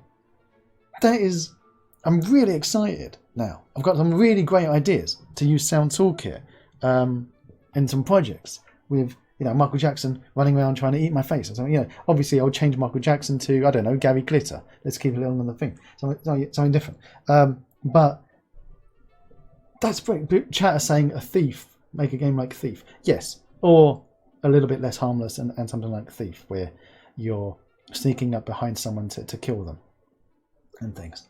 But oh my gosh, and this is in the Udemy course. Yes, of course. There we go. In this last lecture, you will learn about three additional prefabs available within the Sound Toolkit plugin: the scene configuration, status, and AI. I will show you how to use the scene configuration to fully tailor how any given game scene sounds through tools such as acoustic medium tool. Then I will briefly show you the uses of SDK status, a diagnostic tool providing multitude of low-level information about how sound processing of Sound Toolkit. Finally, I will explain to you how the Sound Toolkit AI component works, along with examples of how to use it to create an in-game NPC logic fully based on realistic detection of sound created by player. Oh, my word, lads. You had me at hello. Well, in this case, you had me at AI. That is lovely. Bart, you got to lead with that one, mate. You got to lead with that. Oh my I word! try. Oh, that's lovely. Oh man, I've got a million ideas now. Oh, I'm bunking off work for another week. Honey, I'm bunking off work this week. I'm just going to be running around with SoundToolKit, talking into the microphone. Can SoundToolKit simulate bullets crackling the sound barrier near the ear? Okay, so I saw another game on Twitter that had this like sound, a sonic boom is what you're trying to get to. Are you, Sacred Stupid? Can we have sonic booms with SoundToolKit? You would have to fake it. At least for now. We thought about all of this kind of,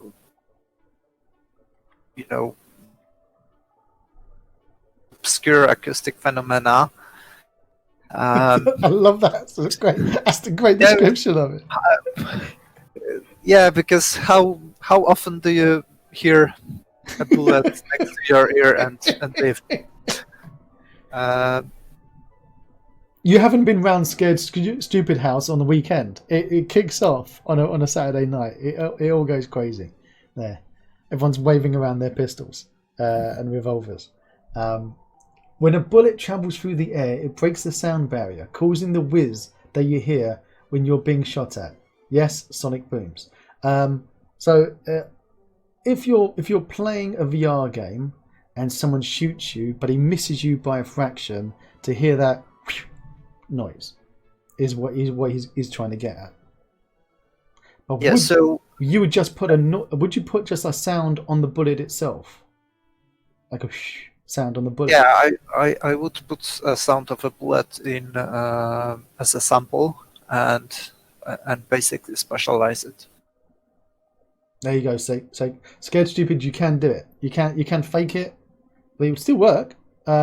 You'd only hear that noise when it shoots by your ear because it's spatialized with the SoundToolKit. And if you've got you pool it, object pooling as well. Now, have you used object pooling with SoundToolKit? Does it have any impact? Will it be fine? Is it treated the same as everything else?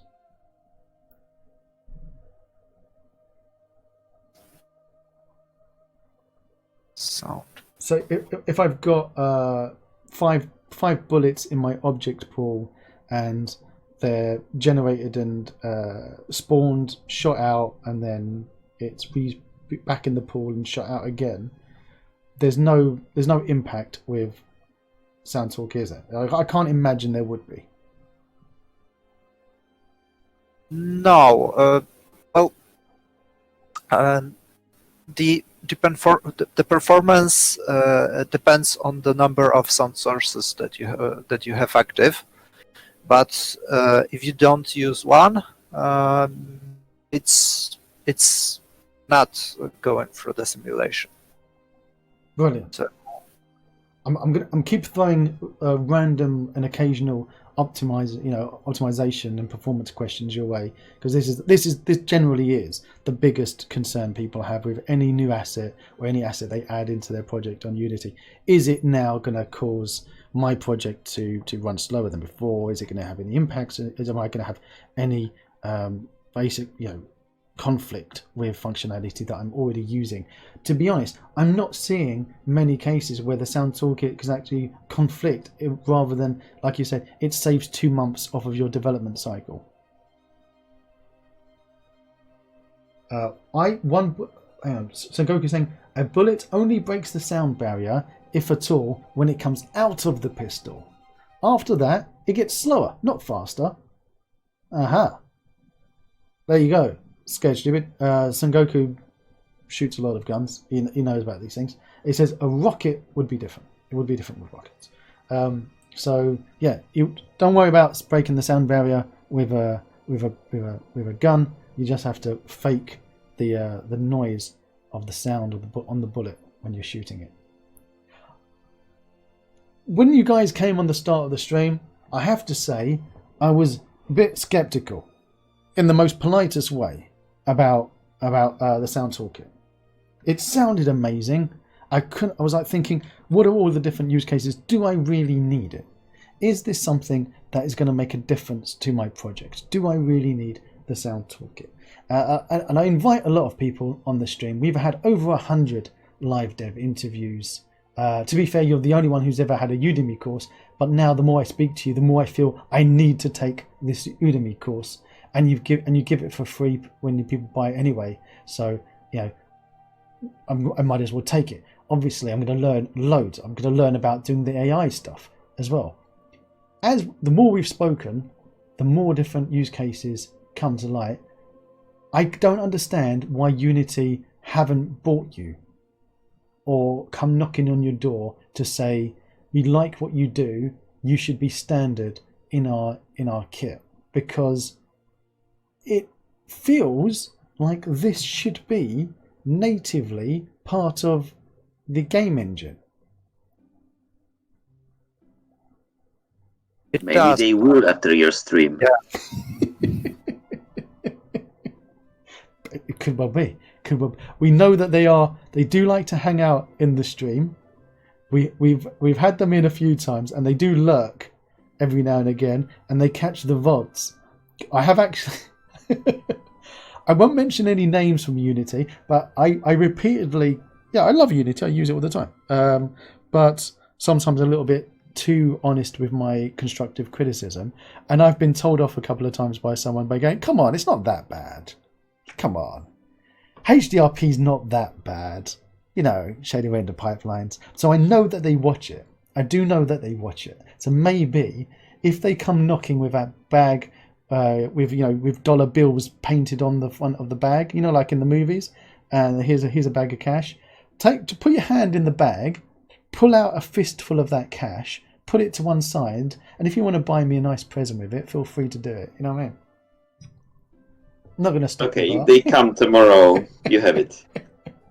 Oh, there's the caveat. It has to be tomorrow, everyone. You heard it in chat. If they don't come knocking tomorrow, I'm not eligible for my present. Ah, you're clever. This is why he's the CEO, everyone. This is why he's the boss.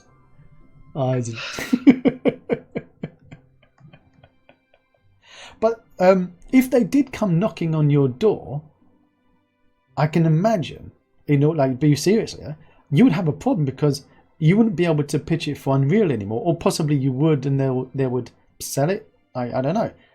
Would you consider locking yourself down to one single platform if they came and offered you a bundle of cash? Why wouldn't we?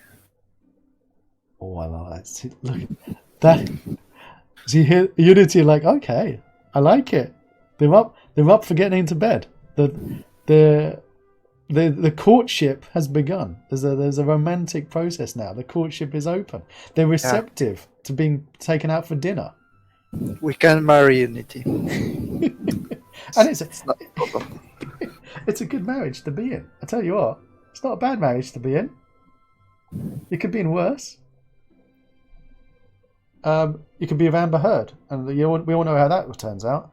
The message code had SoundToolKit plus .NET from Viz2K for MMORPG plus patch system from MH Lab to be integrated into the engine is a must. Wow. So yeah, the SoundToolKit natively part of Unity would be huge. .NET, I haven't touched it yet, but I get umming and ahhing if Dots is ready, production ready. SoundToolKit, from what we hear, I'm going to play about it. I give you, everyone in chat, here's my promise. I'm going to be playing about with SoundToolKit, and I'll upload some videos on YouTube of how I get on working with the SoundToolKit. Hand on heart, 100% promise.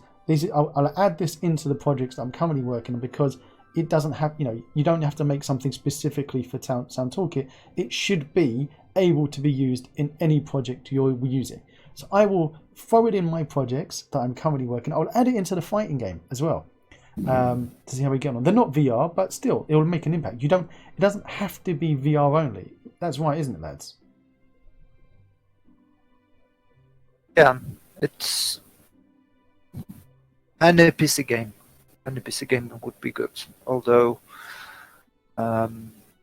you don't you know when you're working on an RTS special sound, it's not that important. So choose your game wisely. Well, hang on a minute. You say that, but do you remember Age of Empires? Yeah, but I Remember the recently. priests? Yeah. This would be important. Exactly. I See? retract my words. There you go.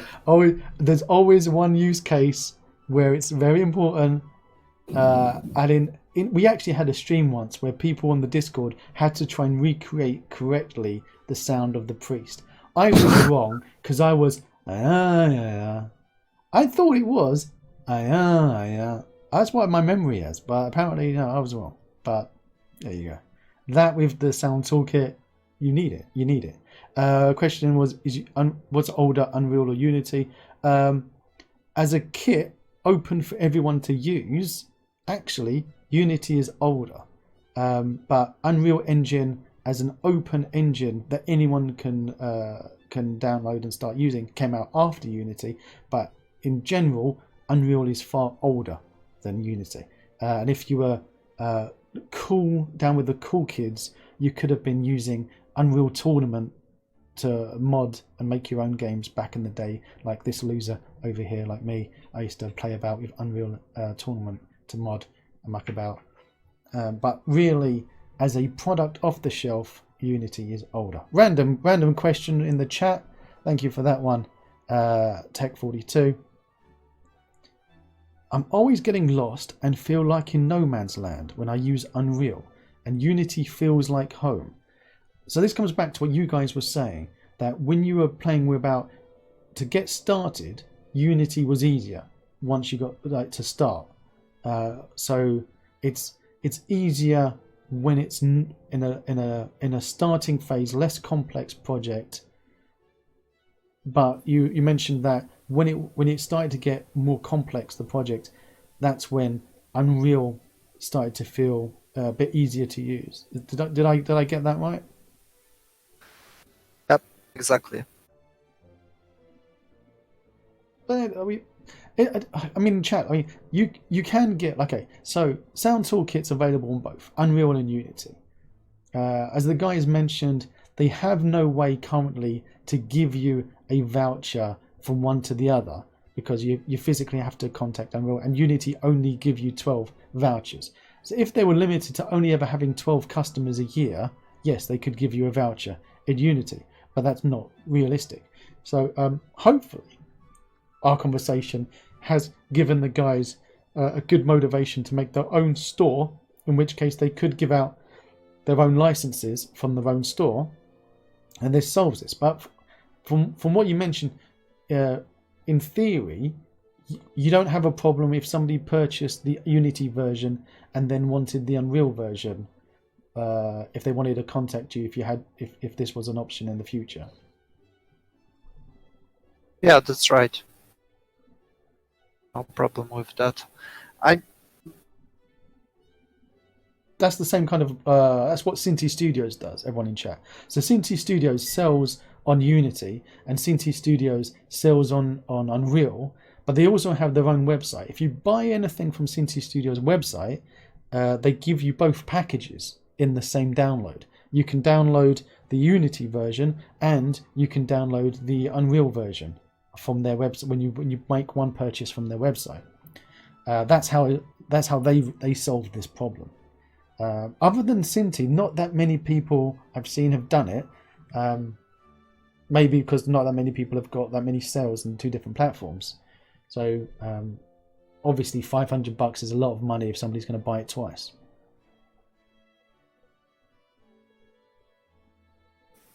Not for us. It depends on how you look at it. So true. But yeah. will think of some way to make it available to people who already purchased on another platform. Sketchup is saying, I would buy it now if I could get the Unreal version instead during the 70% sale. Ah. So, Scared Stupid, you're saying that you would buy the $150 version on Unreal today, but you don't have a use for it on Unity. That's a problem. If somebody wants to buy it on the sale, but it's only available on 70% sale on Unity, not Unreal, then if they bought it on Unity for $150, not $500 on Unreal, I don't know.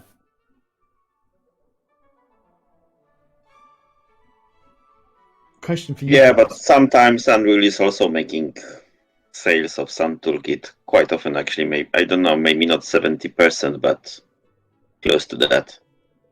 Aha, good point. Scared Stupid, keep an eye out on the Unreal Marketplace because Unreal are doing random sales that they do. I'm a filmmaker and I would find this useful. Scared Stupid, that's awesome. This is exactly the use case that we mentioned earlier, that filmmakers out there, this would be a perfect tool for them to be using to make their films realistic. This tool is so many use cases for the SoundToolKit that outside of game development that this just calls out to be used. Roger that, Scared Stupid says. Well, I tell you what, Scared Stupid, why don't you hook up with the guys from Tecmo, the creators of SoundToolKit? You've got them on the tweet. You go to the website, drop them an email. Next time the sale comes out on Unreal, I'm not sure they're allowed to tell you in advance when the sales are. But if they do manage to get their own store up in the meantime, give it a go. But I tell you what, Scared Stupid, if you raffle, you could win it today and then see what it's like on Unity and get your practice in. Use Unity for prototyping. Maybe even use Unity for your cinematography because Unity is actually very good for cinematography as well.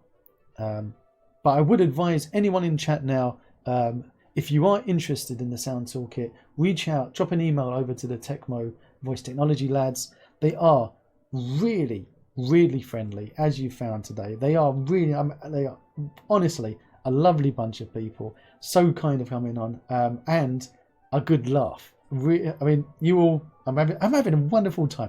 It's not the alcohol. I've got herbal tea talking. But I'm really enjoying myself. I do plan to buy the Udemy course to see its use case.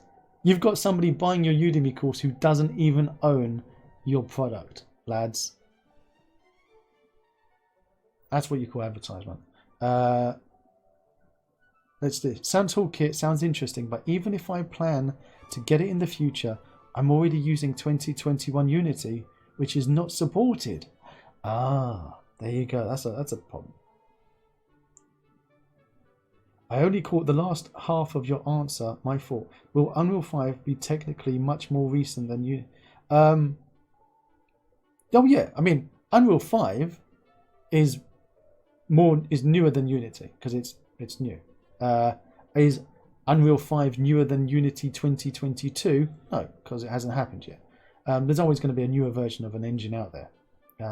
Don't get caught up on the latest versions of engines, and also don't really get caught up on which engine is better than the other one. It's which is better for your use case, which is better for your project, and which are you more comfortable to use.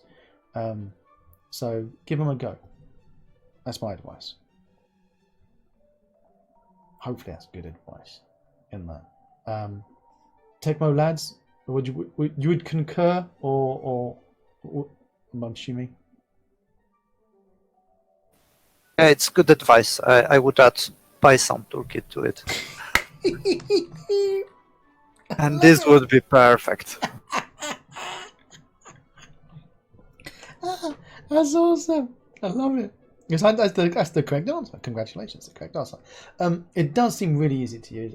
A case of just dragging inside the engine, adding in this SoundToolKit mesh script, this component, adding your acoustic material. How do you make a new acoustic material?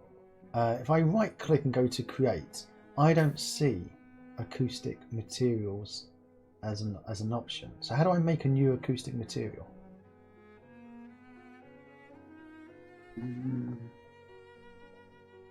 I haven't done it, to be honest. Well, I Definitely can quite easily modify existing ones. Yeah. Okay. So you basically just copy one. Maybe, yeah. Call it messy material.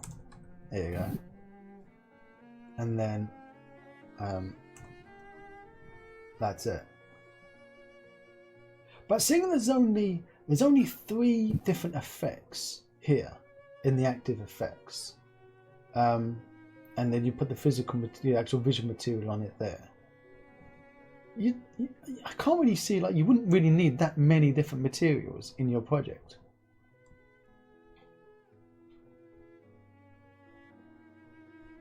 Because I would just have, like, you'd have for each material in your game that you've got, you'd have an equivalent of the. Oh, I know. To modify the material, I think you have to be in the playing mode. Ah, okay. So if I click play, then it makes sense because you can hear difference. So if I now go over to this wall. Oh, and here you have. And then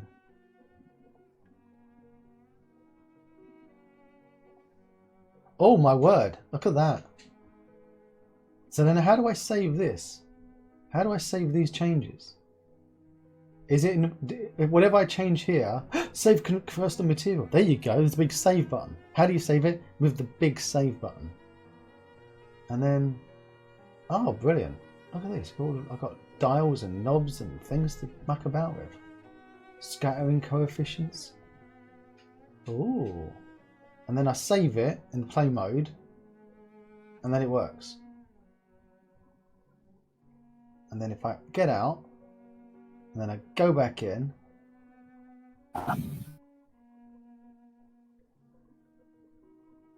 hasn't remembered it. Why haven't you remembered it? Where did it save it to a different one? Have I broken it, lads? Oh, it's because I was looking at the wrong one. I'm a numpty. So why is I can't save it? Because I wasn't even looking at the right one. So if I'm going to edit this one, on this wall here, wall 1.1, am I doing this the right way? First of all, Shimon and Bart. Let's hope so.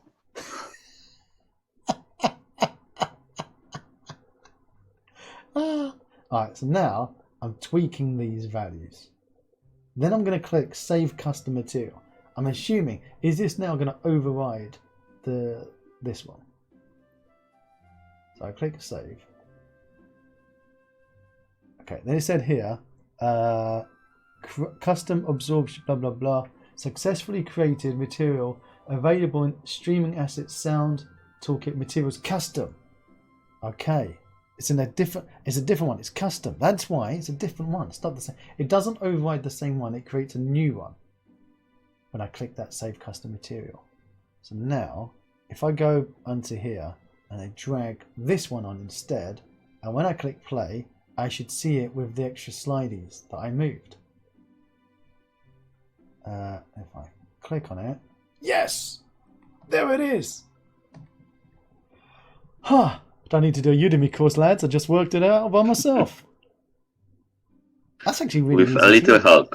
That's really, yeah, for a little help. Of like click the play button. Do you know the best thing about it is that if anyone actually bothers to read the help that material customization available only in play mode.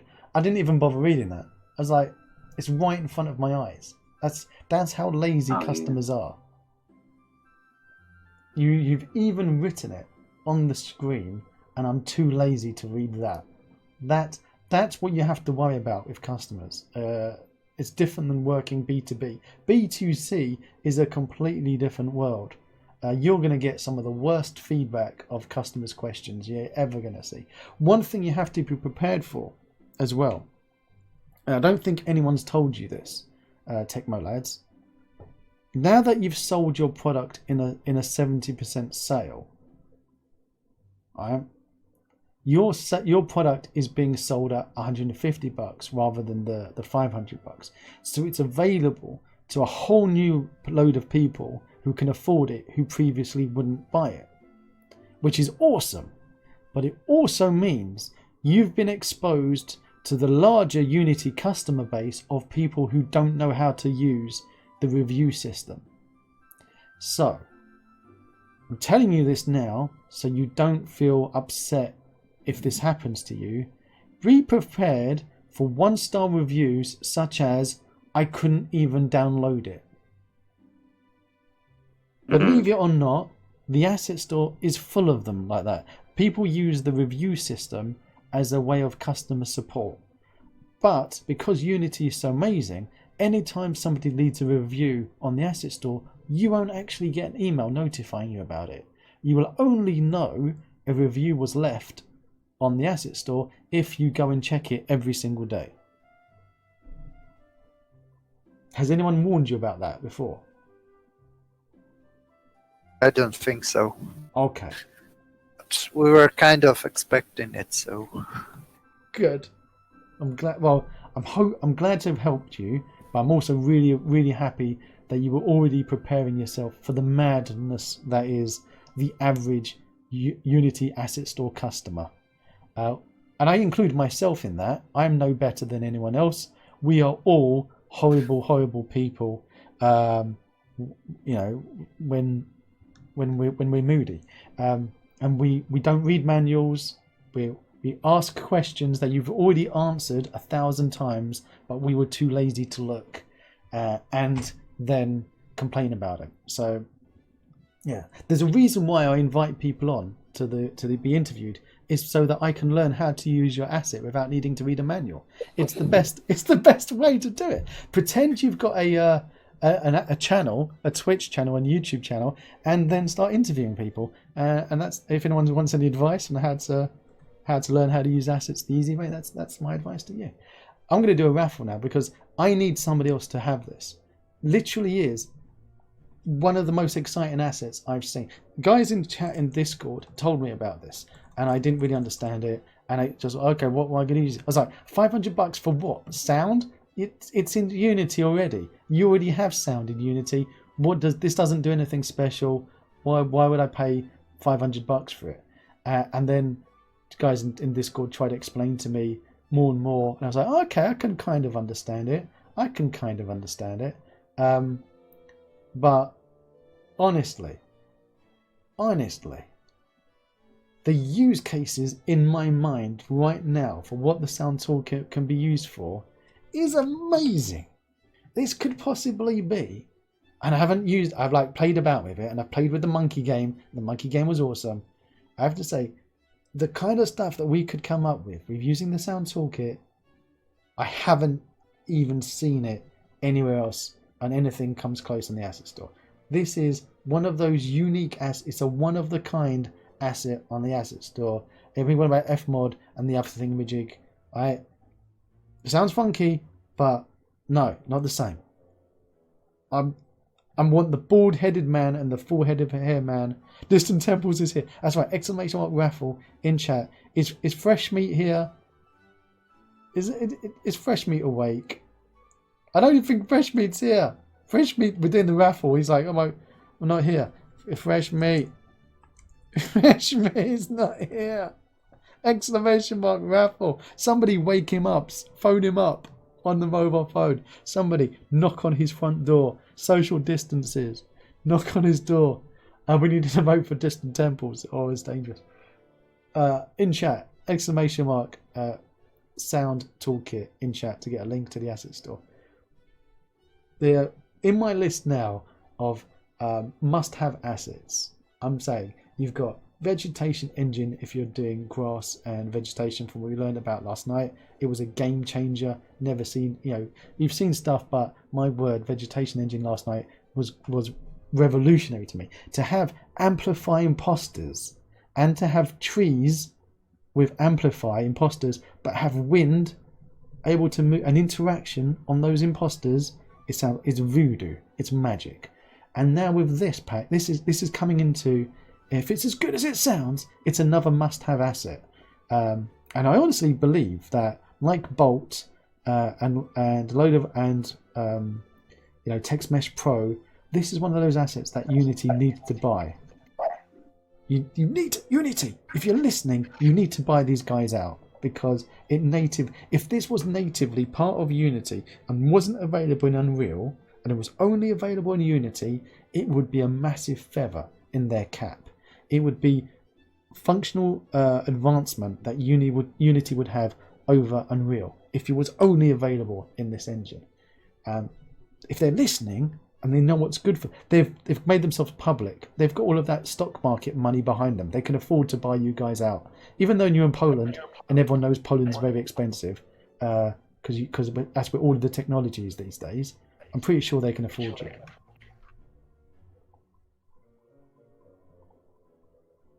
Or they would start another one. This would make me restart my project. So guys, Tecmo guys, if somebody already has a game that they're making, right?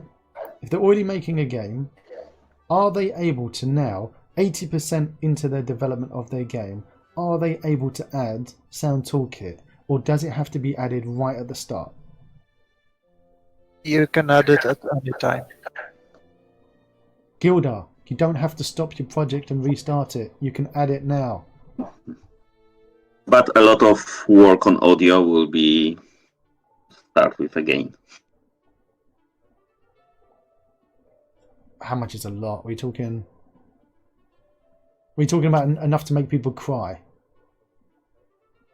Well, if you make audio with tools like Fmod, you make different versions of samples, and it's work which is not necessary for SoundToolKit, so you just don't need it. And when you have SoundToolKit, you have to set all those things like materials on the walls and so on. So making audio is pretty different with SoundToolKit. But if you haven't already used Fmod in your project, then you're not really losing that much. No, you're not. There you go. And to be honest, most people I talk to, working in their bedroom, don't tend to. That's what nested prefabs are for. Okay, Yolan. Finally finding a good use for nested prefabs. I didn't like nested prefabs when they first came out. I've been converted over to them. Yolan has a project in mind for this. I love the fact that everyone now is thinking in their mind, what could they use? What projects could they use SoundToolKit for? Freshbeat's got family stuff. I won't raffle since I couldn't program the helicopter game to save my mother. What? That is the most bizarrest comment I've ever had on the stream. Why did your mother need saving by helicopter, and why did you need to program it? And my condolences. I hope it all turned out okay at the end. Neo FPS plus SoundToolKit. Yeah, I mean an FPS game with the SoundToolKit. Exactly. This is add dissonance in there if you're doing multiplayer. This is good. Lads, this is, I have to say, not saying that because if you watch my videos, you'll notice that I could have a guest on here and I could be insulting them for an hour. It happened, I tend to be nice. If you really have excited me, I will tell you, I am so excited right now with the SoundToolKit. I really am. Thank you. Right, we're going to pick a winner. We're going to pick a winner because one other person is going to get this. Going to do a drum roll. My fingers are shaking with excitement to see who's going to win this, because I really know whoever's going to win this is going to make something amazing. That's my drum roll. Merciless enemy! Merciless enemy! Everyone hates you now, merciless enemy. Everyone hates you in chat. They're saying congrats, they don't mean it. They hate you right now. Merciless enemy, speak up, send me a direct message on Discord. Congratulations. I want to see what you're going to make with this. Please add it in the showcase when you do. Don't forget that the guys from Tecmo, they're in our Discord. As long as they don't quit the Discord and run away, they're in now. The largest Discord community for asset developers in the world, possibly. That's right. We've got the most asset store publishers in one place, but not just anyone. VIP invited and vetted, not your guy who just makes a free asset and now calls himself an asset developer. No, we get the big boys and girls living in our house, and we've been joined by Tecmo, who right now have got one of the most exciting assets on the asset store. That's on a 70% off today only. Get it while you can. Get it while you can. 70% off today. After today, it's going to be 50% off, which is still a bargain, but you're going to kick yourself if you haven't paid 70% off instead of 50% off. Your Discord is awesome. I know it is. Of course it is, because it's got people like you there. ! Discord in chat. Lads, I want to talk to you for the next 6 hours. Honestly, I do. But it's very late in Poland. I know it is, and you need to get to bed. I want to start doing I'm going to watch you. I'm going to do my course. Look, I'm going to behave myself. I'm going to do my Udemy course, right? I'm going to be a good boy. And I'm going to tell you what I'm going to work on. And I'm going to tell everyone in chat what I'm going to work on. So, Tecmo guys, I'm going to use SoundToolKit along with Photons Quantum, which is their new networking for hardcore games. So for those aren't aware, Photon Quantum can make any game you're working on no longer require any netcode. You don't have to write a single line of netcode because Photon Quantum does it all for you. You don't need a network engineer in your team ever again. Unfortunately, it costs you $1,000 a month to use it because that's aimed at studios rather than independents in their bedrooms. But it's an amazing kit if you're a studio out there and you're working on a game. It lets you churn out a game in 6 months that could have taken you 3 years to do. So I'm going to use that. I'm going to use SoundToolKit. I'm going to throw dissonance in there as well. If that fails, I'm going to move back down to Pun and do that instead. But I'm going to make a multiplayer FPS game with SoundToolKit, and we're going to run around shouting at each other and saying, "Hey, what? Hey, can't hear you. Why not? There's a bald guy in front of me and the sound keeps bouncing off his head." And guys from Tecmo, I'm going to be badgering you on email for support if I get stuck. Is that okay? Yeah, you can use our assets from the monkey pack. It is good for any game. Thank you so much. You're giving me the monkeys. You let me use your monkeys. There was even some bald guy there as well, I think. Say that again? There was a bald guy there, I think. Yeah, there was. So you're set for your FPS game. I've got a bald guy already and a monkey. What more could I want? Thank you so much. And a banana. Well, that's a bit personal. We don't get involved with that. Mates, thank you so much for coming in. Also, thank you to the team who are from Tecmo who are typing in chat, answering questions in chat all night long. Thank you so much. Oh, wow. If I finally make something, Sengoku will remind everyone that I never finish anything I start. If I finally make something, you guys going to come back and have a play with it? Can I entice you back to play with my SoundToolKit game? Sure. And thank you for the invitation, by the way. You're more than welcome. Make sure you drink a lot of booze beforehand, because just like this time, it might get a bit strange. Okay.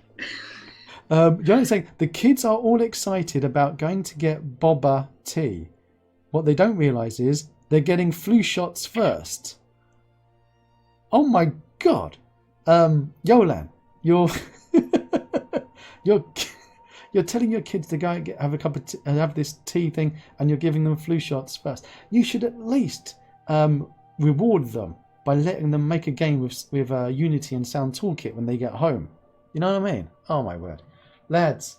Thanks again, everyone in chat! ! SoundToolKit.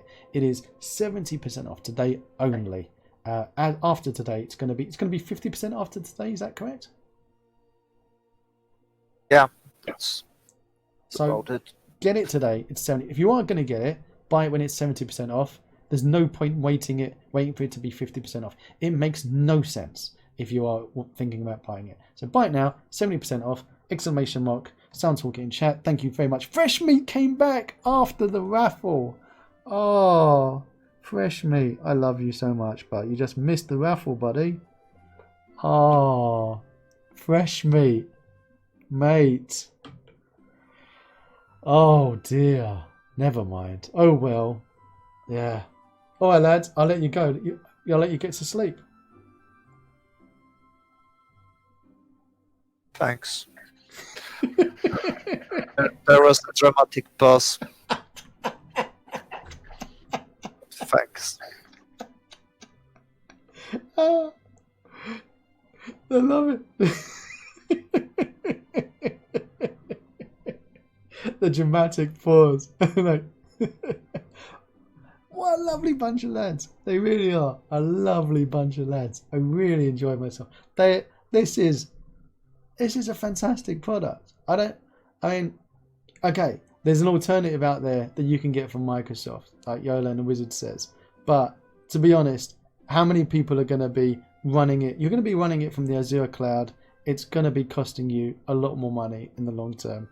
This, especially like 70% off, if you are going to be doing something that requires proper sound, spatial sound placement in your games, this, as they called it, sound tracing rather than ray tracing, then you need it. Normally, I wouldn't pimp you to go, just get this, it's on sale. No, you know me. If something's on sale, I'm not just going to tell you to go out and buy it, because that's just, it's not what friends do. That's the whole point of doing these videos, is to find out, is something worth you spending your money on? 100%. That is the only reason why we do these, isn't it? The only reason we do a live dev interview. Okay, it's nice to chat with people. It's really important to find out, especially the storyline, if somebody's worked in a game studio, if they've worked on games in the past, advice they can give us. But the bottom line is, when it comes to an asset, we want to know is it worth your money? Like, that's what you want to know, isn't it? You watch the reviews and you watch the interviews because you want to know, is it worth my money? Am I gonna get anything from it? Is it worth me buying it? Is there something else there that's better or cheaper? Sometimes you just hear because you want to hear my sexy voice. I understand that. I don't blame you. Normally I just sit there in bed listening to myself as well. Actually, my wife caught me the other day laying in bed watching one of my old YouTube videos back, because I was checking it to see if it was alright. Was the audio okay? Were there any problems? Obviously, to see how to improve the service that I give to you all. But to my wife, she just walked in and went, "Are you lying in bed watching your own videos?" Yeah, because it's good family content. Of course I am. It's better than watching anything on Netflix. True. Is it something I need? Exactly.